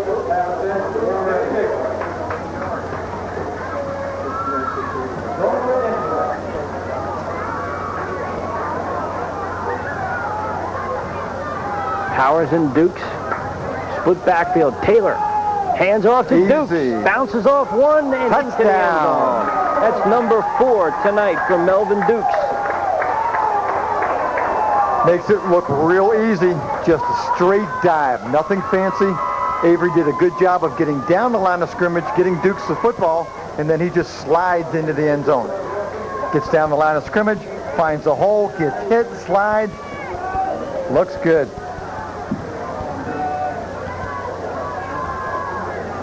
Kevin McNamee will line up for the extra point. Tim Zumagala with the hold. And it's a fake. Magala's going to have to run. He reverses field and looks upfield. It's intended to the end zone. Incomplete. His drop. And I tell you what, Jason Shepard was all by himself. But Tim, Tim says, hey, guys, I'm not a quarterback. Come on. Jason will take a look at this tape and get his chance to get his name in the paper. Good scrambling right here. Tough to throw on the run. He's open. So our score is 27-8 with 3:46 to go in the third quarter. And in my estimation, that's the touchdown that breaks the back of the Gibbs Gladiators. Gladiators had to score first coming out of the second half. A good break for them right now, though, is the rain has stopped, and maybe that'll give an opportunity for Sean King to go airborne with 3 quick scores. He definitely is going to have to get it up, but he has some receivers that can motor. Byronton Jackson, an exciting running back in the middle of the trio. He, along with Kevin Johnson and Ron Fluker, are back. Trusley kick end over end from the 10. Middle return goes out over the 35-yard line.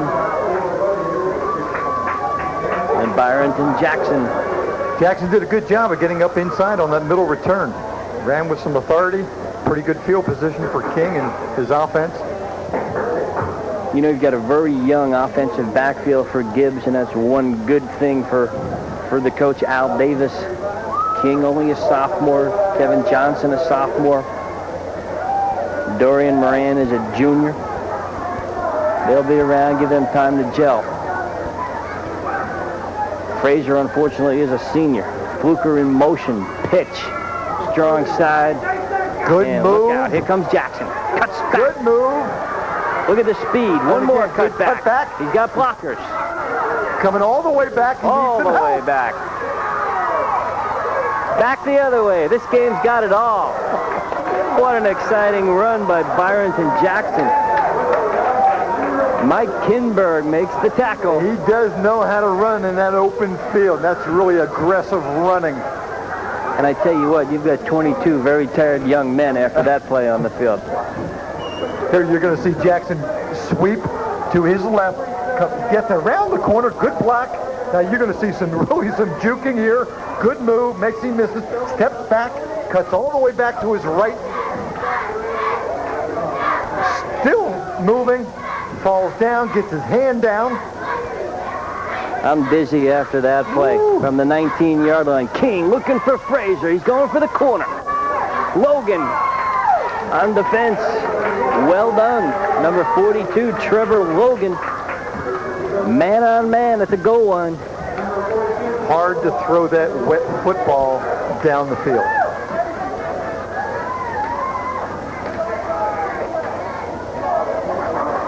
There it is. See, the receiver had to come back for the football. Nice move by Frazier, cutting in front of the defensive back. But a good defense. Good challenge.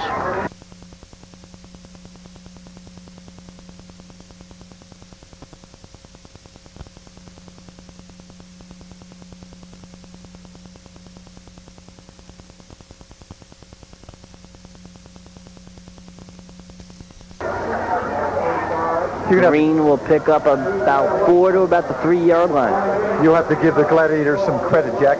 When they Seminole scored that last touchdown, Gibbs could have quit. Yeah. And they hung in there, some fine runs. They're actually fired up. Here's a good hard run up inside. Good leg drive. Not much there in the way of blocking, but he just makes the yardage on his own. Good hole by Donnie Cook and David Bench. Mike Mitchell on the left side of the line. Those are the stalwarts. They go behind them early and often. At about 3.5 yards to go for a score.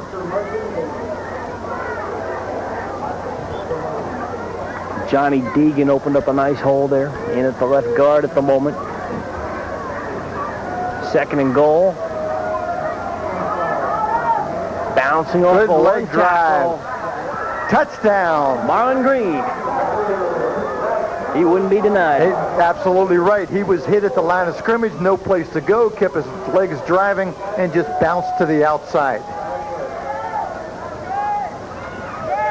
So it's 27-16. 14, excuse me. 13-point difference. See what the Gladiators are going to do. Will they go for one or two? Definitely would go for two in this situation. They're going to go for it. They've got two tight ends. King looks across the middle. It is incomplete. Frazier lining up as a tight end. Back of the end zone. Well defensed by Seminole. Kevin McNamee makes a saving play there, so our score remains 27-14. 13-point edge for the Warhawks with 1:10 to go in the third. And with plenty of time in this football game. Here's your touchdown. Bounces to the outside and just rips it in on his own. Impressive run. So the senior Marlon Green gets into the end zone.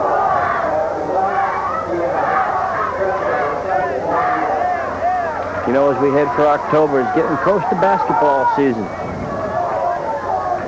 Up here in Seminole, Warhawks coach Bill Killalane licking his chops, getting ready to go. Should be an exciting year on Paragon Cable. He and Coach Terry Walker have a fine team, and the only thing I got to say to those two guys are, hey guys, I need more strokes on the golf course. The kick by Mitchell, end over end. It's Dukes from the 20. Melvin jitterbugs his way, gets hit by 5 or 6 guys. Maurice Herring, just one of the Gladiators on the stop, and Dukes gets out to the 37. That's what Melvin Dukes is going to have to watch, though, Jack. He's going to get tired, and he can't take it easy. If he takes it easy, he's going to get his legs hurt. He carries the ball so many times that he's got to keep those legs driving the entire time. Short kick. Easy to catch for Dukes. Gets up inside and gets smacked pretty good right here. Maurice Herring, the first one there.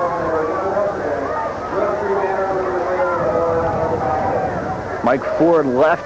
They give it to Melvin Dukes, and boy, he gets up through there quick. Ball's on the ground. I'm not sure. I think the ground might have caused that fumble. Maurice Herring, number 4, came in with a shoestring tackle that had to hurt Dukes. He was at full go, got his ankle clipped. The acceleration of Melvin Dukes. And again, credit the offensive line for a huge hole. Is incredible. You know, I think of the Osceola running back. Mike Sandy has that kind of quick speed as well. 1st and 10 Warhawks. Ball's on the ground. Taylor cannot hold on to it. He got hit as he was picking up the ball. And it's the Gladiators. They're getting their chances. And that offense is still sky high. Avery Taylor made a big mistake there, Jack. The ball was on the ground. It's wet. He tried to bend over and pick it up. You're gonna fall on the ball. He's hurt too. He got stuck. He's favoring his shoulder. He tries to bend down and gets ripped. He's disappointed, but okay. Again, Marcus Jenkins makes a great play, and that is the end of the third quarter. Can the Gladiators come back?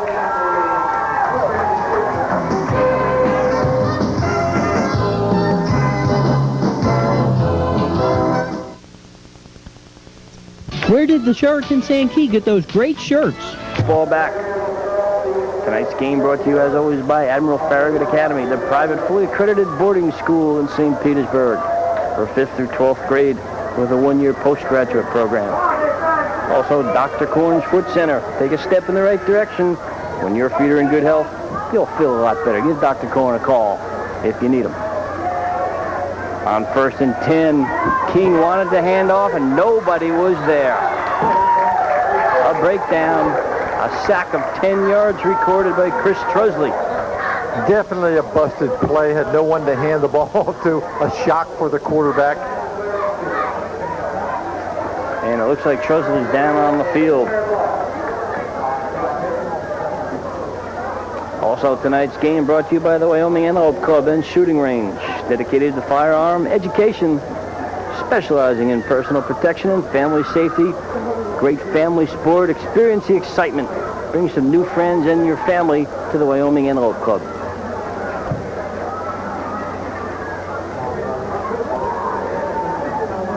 You're going to expect some injuries now, Jack, because the field's wet, the shoes get wet, even those socks get wet, the legs get tired, and that's when you start getting hurt. You either get the cramps or you get some possible ankle or knee injuries because the players just aren't picking their legs up. That's Chris Trusley, two-way performer on the offense and defensive line.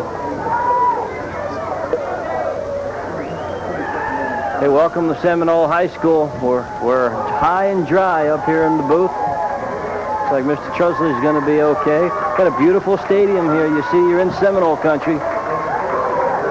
And a nice round of applause for Chris Trusley, and Coach Sam Roper can come off the field with feeling a little bit better. Sure, you've got a 6'2", 242-pound senior. You don't want to lose him.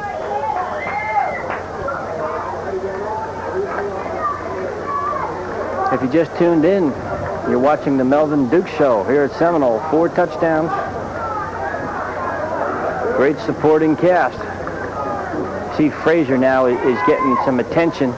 He makes the catch in front of the defender. Good catch, accelerates.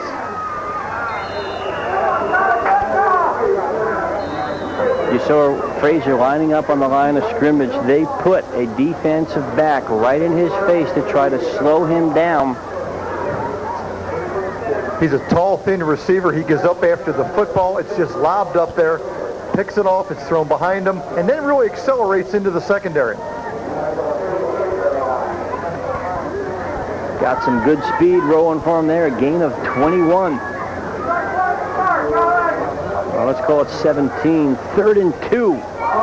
Ball's on the ground. There's a drive killer right there. Gladiators, after a big play, lose the football. They're going to lose about 2, make it 3rd and 5, 4th and 5.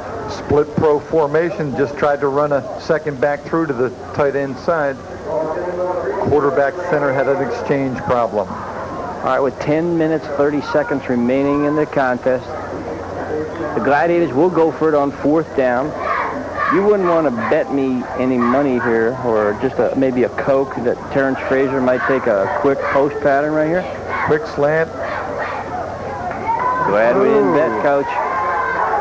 The big senior, Marlon Green, bowls up the middle. It's going to be very close. Pretty gutsy call right there.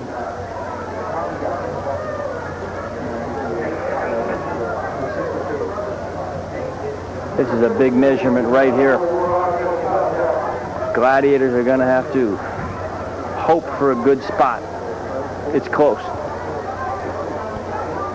Come on, guys, bring in the chains. Bring in the chains. They don't even think it's that close. Seminole football. A backbreaker for the Gladiators. Well, the Warhawks have had an awful lot of trouble holding on to the football here in the second half. Don't be surprised if they get it back soon.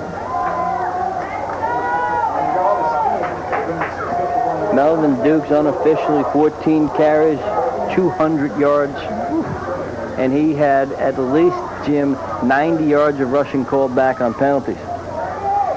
Fine night for a good running back. And it's not over yet. It's like too much time by the Warhawks. It's going to set them back 5.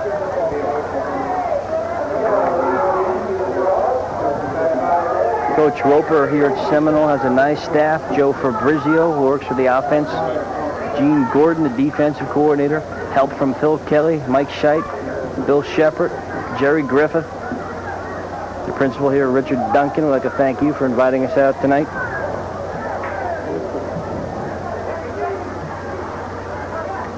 First and 15. Dukes, right side. Gets about 8 of it back. Out across the 40. Just some nice natural moves, knowing when to cut, when to stay in, and then dip to the outside.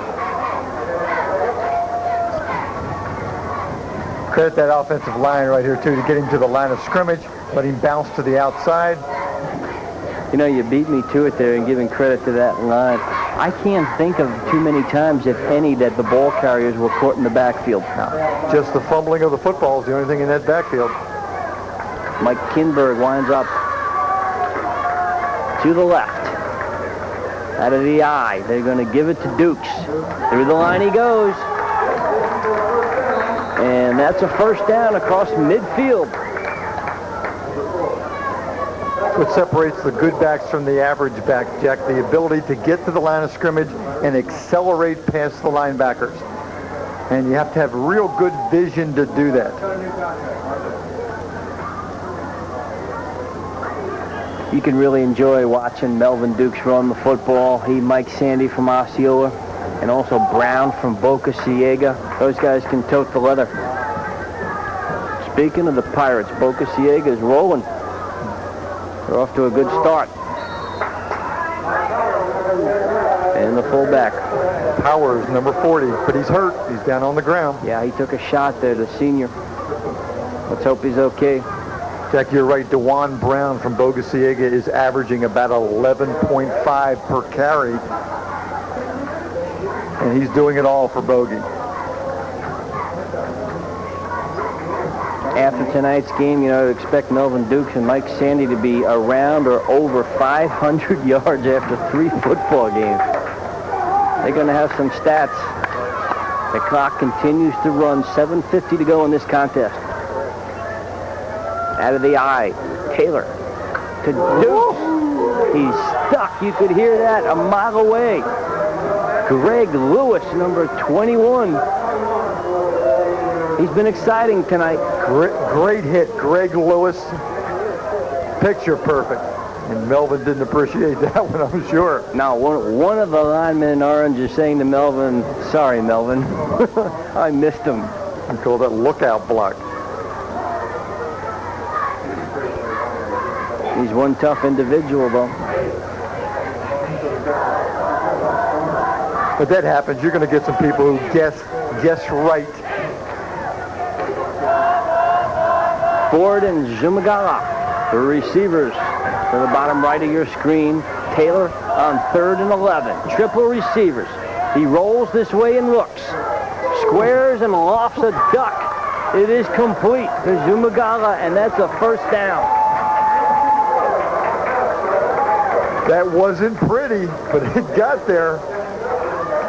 Enough for the first down.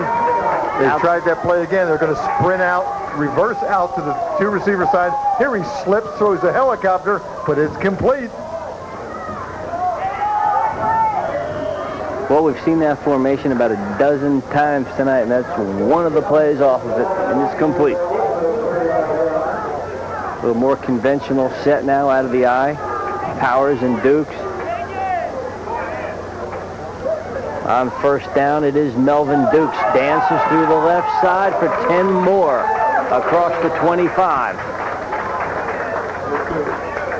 What a nice block by Paul Hernandez. And you've got to, I was just going to say that, Jack. You've got to give Hernandez credit. He was down 10 yards downfield. You get an offensive lineman off the mark, down 10 yards, and throwing blocks. That's super. I think Melvin might be taking Paul Hernandez, Randy Larson, Carl Pouchet, Ryan Dowdy, and Sean Jency out to Jodo's for pizza after tonight. Melvin this time not so lucky.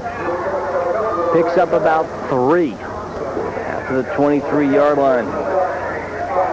Stopped by Mike Paul.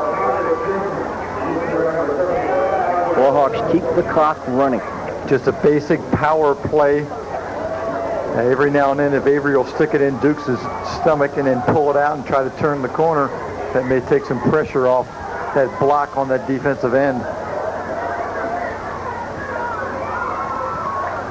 Out of the split backfield, twin receivers right. It's Melvin Dukes, right side. Tries to get outside, but Walter Randolph beat him to the spot.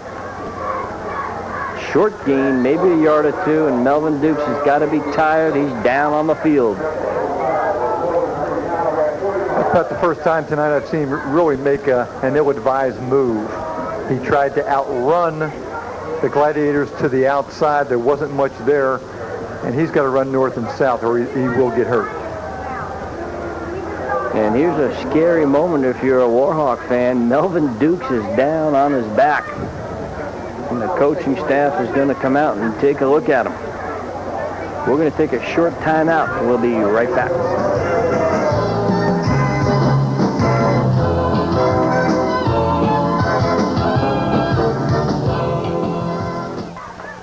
Melvin Dukes is okay. He's going to get a breather on the sideline.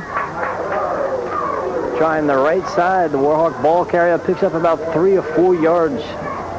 See who that is. It's number 40 for Seminole. And that's Mike Powers. You wonder when Sam Roper went out to see if his star running back was hurt, if Melvin just looked up and said, "Coach, I'm not hurt. I'm tired."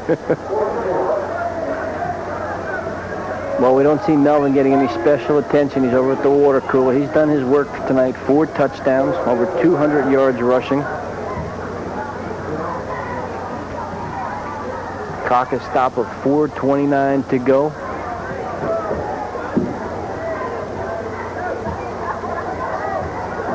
Powers and Trevor Logan are your ball carriers. There's Melvin.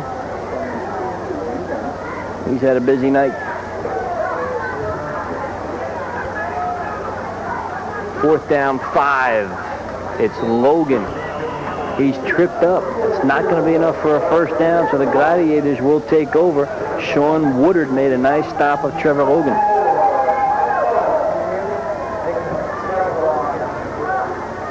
But you made a good comment there, eating up that clock. When you keep that ball on the ground, you don't throw it. And obviously Gibbs is going to have to come out here and throw the ball to try to get back in the ball game. With a change of possession, clock now runs a 4:08 to go. It's time for the secondary now to start licking their chops. And the defensive linemen, they have to be looking at each other and just saying, "Hey, let's go. Let's meet at the quarterback." Jason Shepard, you see him, they'll step right up to Frazier and stick him at the line to prevent him from going deep. Behind him is Logan. There's the quick hit across the middle, incomplete. And frankly, the Warhawks are willing to concede that play because they have a linebacker and the safety, McNamee, right there to wrap him up if he makes the catch. It's only a gain of 3 or 4. They're forcing him to the inside, which is what you want to do when you're going to go up and bump, because you've got help to the inside. You don't want to let him get deep to the outside. All right, now we've got twins to the right. I want to see an out and up by the slot back right there. Let's see if they'll call it my way. No, they're going to send him in motion the opposite way. Goes Graham, and that's not exactly what the Gladiators wanted. If Seminole is going to continue to double the outside receivers, you have to swing your back straight up the field. That time the play before that, they sent the linebacker, doubled on both receivers. The back would have been wide open straight down the field. We saw Byron Jackson pick up about 50 yards on that swing pattern there. The secondary of Seminole paying an awful lot of attention to Terrence Frazier.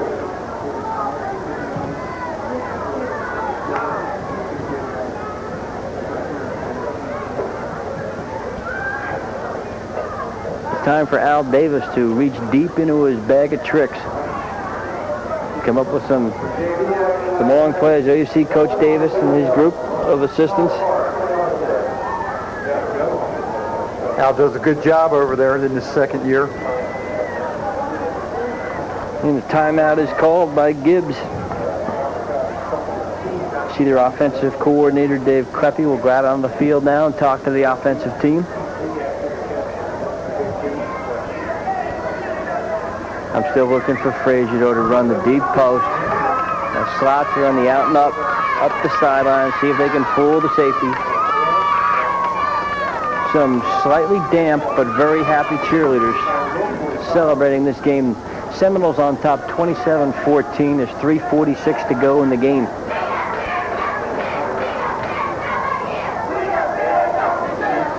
After tonight, Gibbs travels to St. Pete High. Always been a big rivalry, as you can recall. Neighborhood rivalry, coaching rivalry. Al Davis was an assistant to Dusty Boylston at St. Pete 2 years ago. On second down, Sean King lofts. Could be a live football. Let's see who's got it. Yeah, they say Seminole has it, and it's number 60, Chris Tresley. When the ball is thrown to the side or backwards, it's a lateral. It's a live football. That's a backbreaker for the Gladiators. Just a little sloppy pass trying to get it back. The back didn't get up the field on the swing. He stayed back too far. In defense of Byronton Jackson, he thought it was an incomplete pass. You have some fresh backs in the backfield. Clean jerseys in there. That you do. And number 32, Brian Aragonzato is the ball carrier. And you know where Brian was born? He was born in Okinawa, Japan. Came over to play for Sam Roper. 5'8", 160, 11th grader. I heard about that transaction. That's gone a long way to recruit.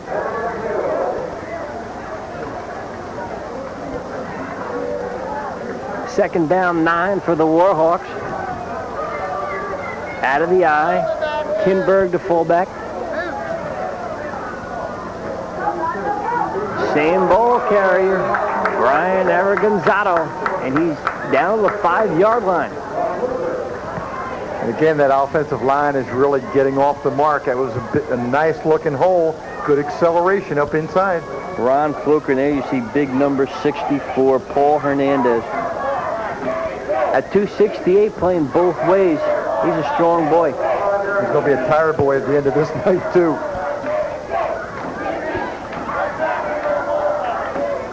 I wouldn't want to feed him. Clock continues to run. 2 minutes, 20 seconds to go from the 5. Down to about the 1 goes Aragonzato. But credit that defense for Gibbs. They're still hitting there. They knocked him on his back. Ron Fluker again. There you see a real good hit. 3 or 4 Gibbs on the tackle. Secondary's made a lot of hits for Gibbs tonight. 4th down and about a foot, or the length of the football. And they're going to have a measurement.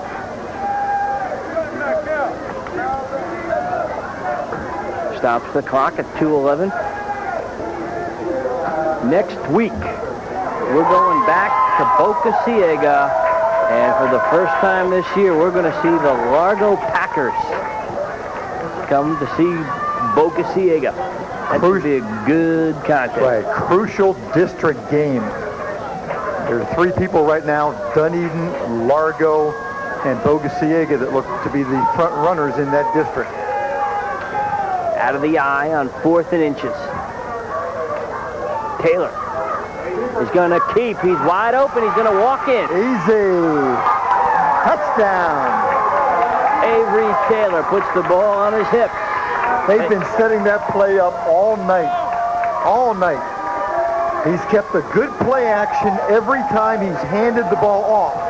He put his hands on his hips about 20 different times, and this is why it pays off for good action. And that's a cakewalk into the end zone. Nice looking execution there, Avery. Avery hid the ball well, and also Tim Zumagala made a nice deke and a fake, taking that cornerback with him on the post.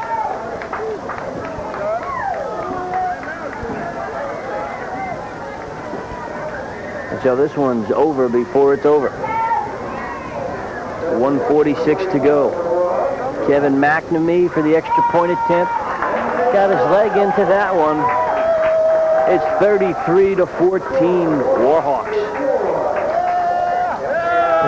Sam Roper can be really proud. He's got a good-looking football team. Not many out here, but a good-looking football team.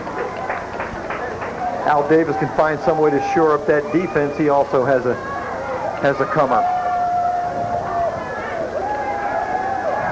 You know, we haven't seen too many teams in Pinellas County with very large varsities.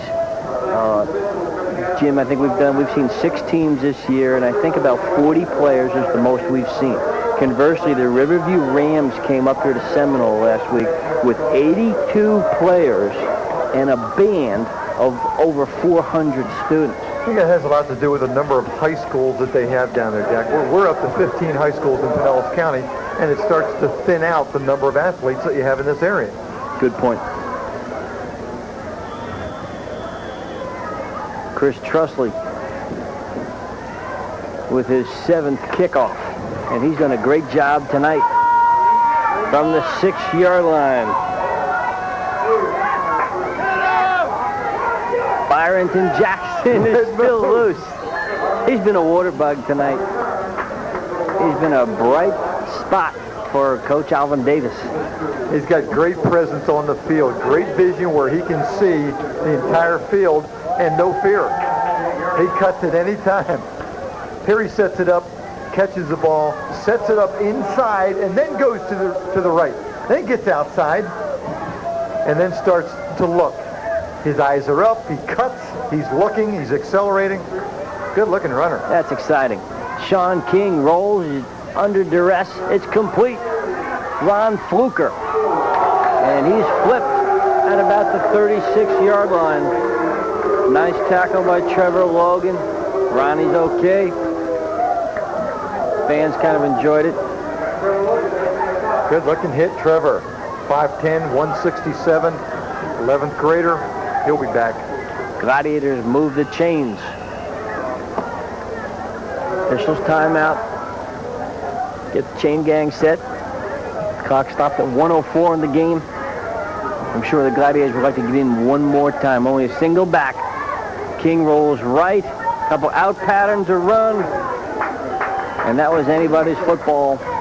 Catchable. It did hit him in the hands. Vasily Graham and Mike Kinberg went up for that so-called jump ball.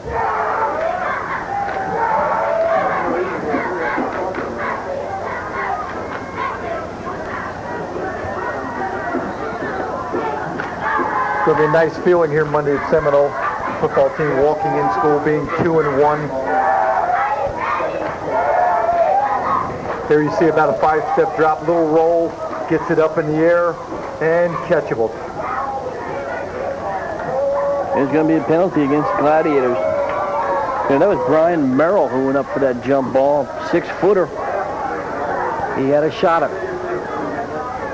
Warhawks, as we mentioned earlier, going up to Clearwater next week. Big rivalry. King fires intended for Jackson. He can't hold on to it. Jackson has to be a little tired. He's been all over the field. Kickoff returns, passes some nice runs. Well, King threw the ball 21 times in the first half alone. And the second half was close to that. He's going to let it fly. He hangs it up. It's picked off. And it's Trevor Logan. But there is a flag down on the field. King, 10 for 29, 2 interceptions.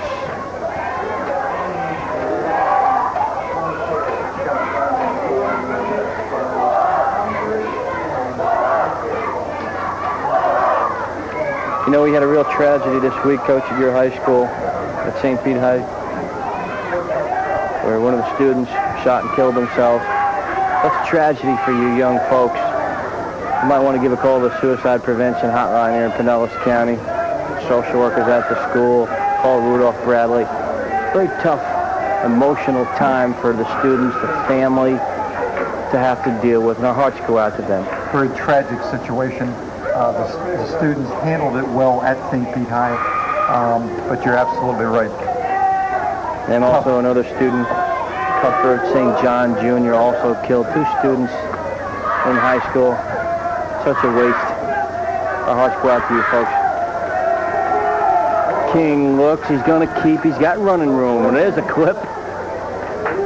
And he's down to about the 15-yard line.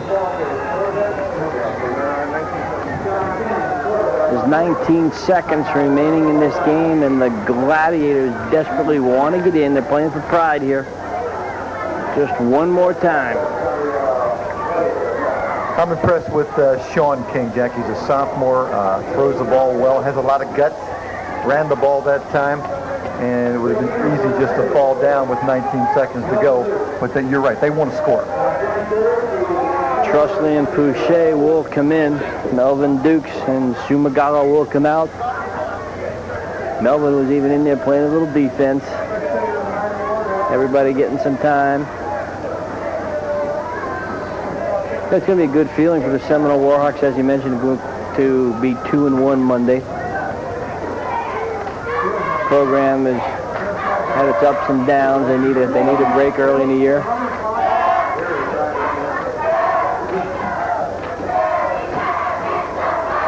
King fires on the out, is complete. Touchdown. Touchdown. Gibbs High School. Nice post pattern by Vasily Graham, the wide receiver. And nice strike by Sean King, the quarterback.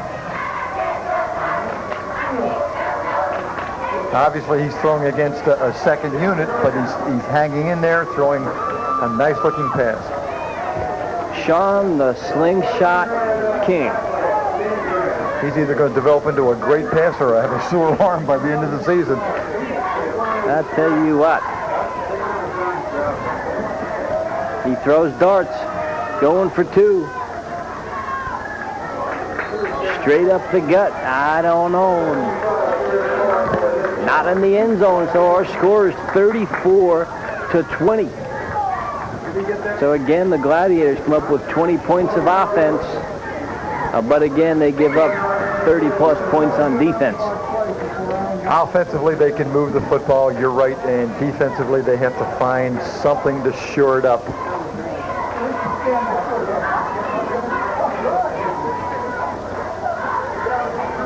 So maybe we'll see just one kickoff return. There's your scoreboard. Gibbs has given up about 133 points in 3 ball games. So obviously, defensively, they've got to make some adjustments. Well, you know, they have one player, Andre Bullard, that will be back in a few weeks. And that's going to make a big difference. He's their defensive captain, and supposedly he can really He's the big one. He can stick you. A one-man gang. Let's see if there's an onside kick. Mitchell squibs it to the left. Right to a Warhawk.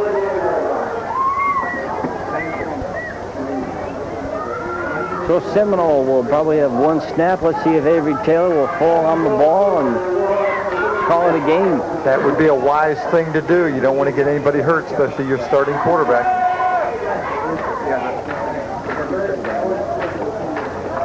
Melvin Dukes unofficially with 230 yards of rushing. And that is your contest. It's been all Seminole. But you got to be impressed by that 1-2 combination of Sean King and Terrence Frazier for the Gladiators. That may give St. Pete High a difficult time next week.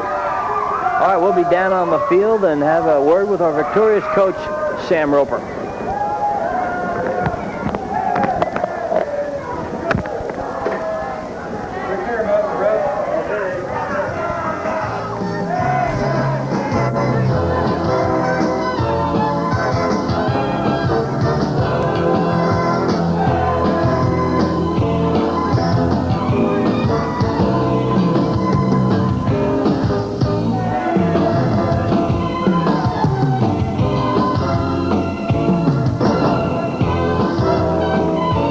1958. Game, but a good one to win. Yeah, it was an exciting football game. We come in and, I think the kids were kind of misled by the scores of the other 2 games, the 2 games that Gibbs had played earlier, and we told them to be ready to play football tonight. And I think, Gibbs come to play, and just we prevailed and, come back and stayed after a little bit. We made some mistakes, but we were able to, capitalize on the things that we wanted to do. I thought your offensive line played a real good game. They're improving week by week, and that's one of the things that we felt like was a strength is our linemen, and they seem to get better each week. And your running back obviously had a great game.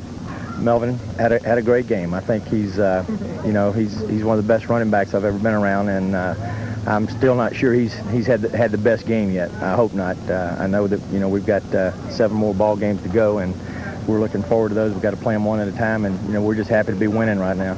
Tough game plan going in with a team that throws that much, but your coaches did a great job. Right. Coach Fabrizio primarily, runs our offense, and Coach Gordon runs our defense, and they've just done a fantastic job along with all the other assistant coaches. And, the time and everything that we put in, and you come out here for 48 minutes and get soaking wet, and it makes it all worthwhile, though. We're real proud of the kids. But you got an impressive football team. Your 2-1 has to make you feel real good. We do. We're real happy, and we've never been there before, and that's something that you have to deal with the kids and get them to understand that you got to take it in stride, and you got another game next week, and we got a big game coming up next week with Clearwater, and they're looking forward to playing, and I know Clearwater will be, and that's our next game, and that's the one we got to prepare for. Okay, well, let's listen to a couple of your ball players over here. We've got some very tired but most valuable players here for the Warhawks. On my right, Melvin Dukes. On my left, Randy Larson. Randy, we'll start with you, two-way performer, offensive line, middle linebacker. Let's talk about the offensive line. I like defense more, but I play offense when Coach wants me to, and I try my hardest out there. Just do what they tell me to do. The offensive scheme was just drive them down and tire them out, and try to do that as much as we could. All right, defensively, what was the game plan? You had the number 1 quarterback and wide receiver to defend tonight. We practiced that most of the week on 83 being the receiver, and their quarterback was supposed to be able to throw it to him every time. And they tried, and we stopped them a lot of the times. They got a few nice passes. I would have liked to have had a shutout here. We thought we could deserve a shutout. We didn't get it, but we played pretty hard, and then we stopped the run almost completely. So yeah, that you did, and the secondary did a great job to help you out. Good game, ready. Melvin, I know you're going to sleep well tonight. 4 touchdowns, 5. 1 was called back. Over 220 yards of running. Tell me something. What do you look at, or what do you feel when you get that football? I just expect for them to open the holes, and they do it. And when they do it, I'm just reading them, and I'm going. You've got a great offensive line. They're blowing some big holes there for you, huh? Yeah, they go out and they do it. I tell them, I say, if you want to rest, the more rest you get, the quicker you open the holes. I just go. And they did it tonight. And, with some of them going both ways, it make them tired. But, but for the rest of them, they getting their rest. I'm trying to help them. Next week, the Clearwater Tornadoes. What do you think about them? I know you've got to celebrate tonight's victory, but let's look ahead 1 week. Well, that's going to be the hard game because everybody is expecting, now after seeing this, they're going to be expecting me to do this and that, and I'm just going to go out and do my best. And I'm sure you will. You're not exactly a well-kept secret. Congratulations, fellas, on a great game, and good luck next week. Thank you. Coach, as we expected, top quarterback, top receiver, going to have to beat a good secondary, and how do you stop Melvin Dukes? It wasn't done tonight.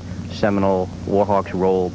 Impressive young man, talks well, and compliments his offensive line, and impressive individual. I think the Warhawks are going to be tough to contend with this year. They moved to 2-1. Coach Roper's got to be happy. Nobody's hurt. A victory and 1 to celebrate. Hope you enjoyed the game. For Coach Miwa, myself, Jack Taylor, and all of us at Paragon Cable. As always, God bless and good night. We'll see you next week at Bogey. Packers, get ready.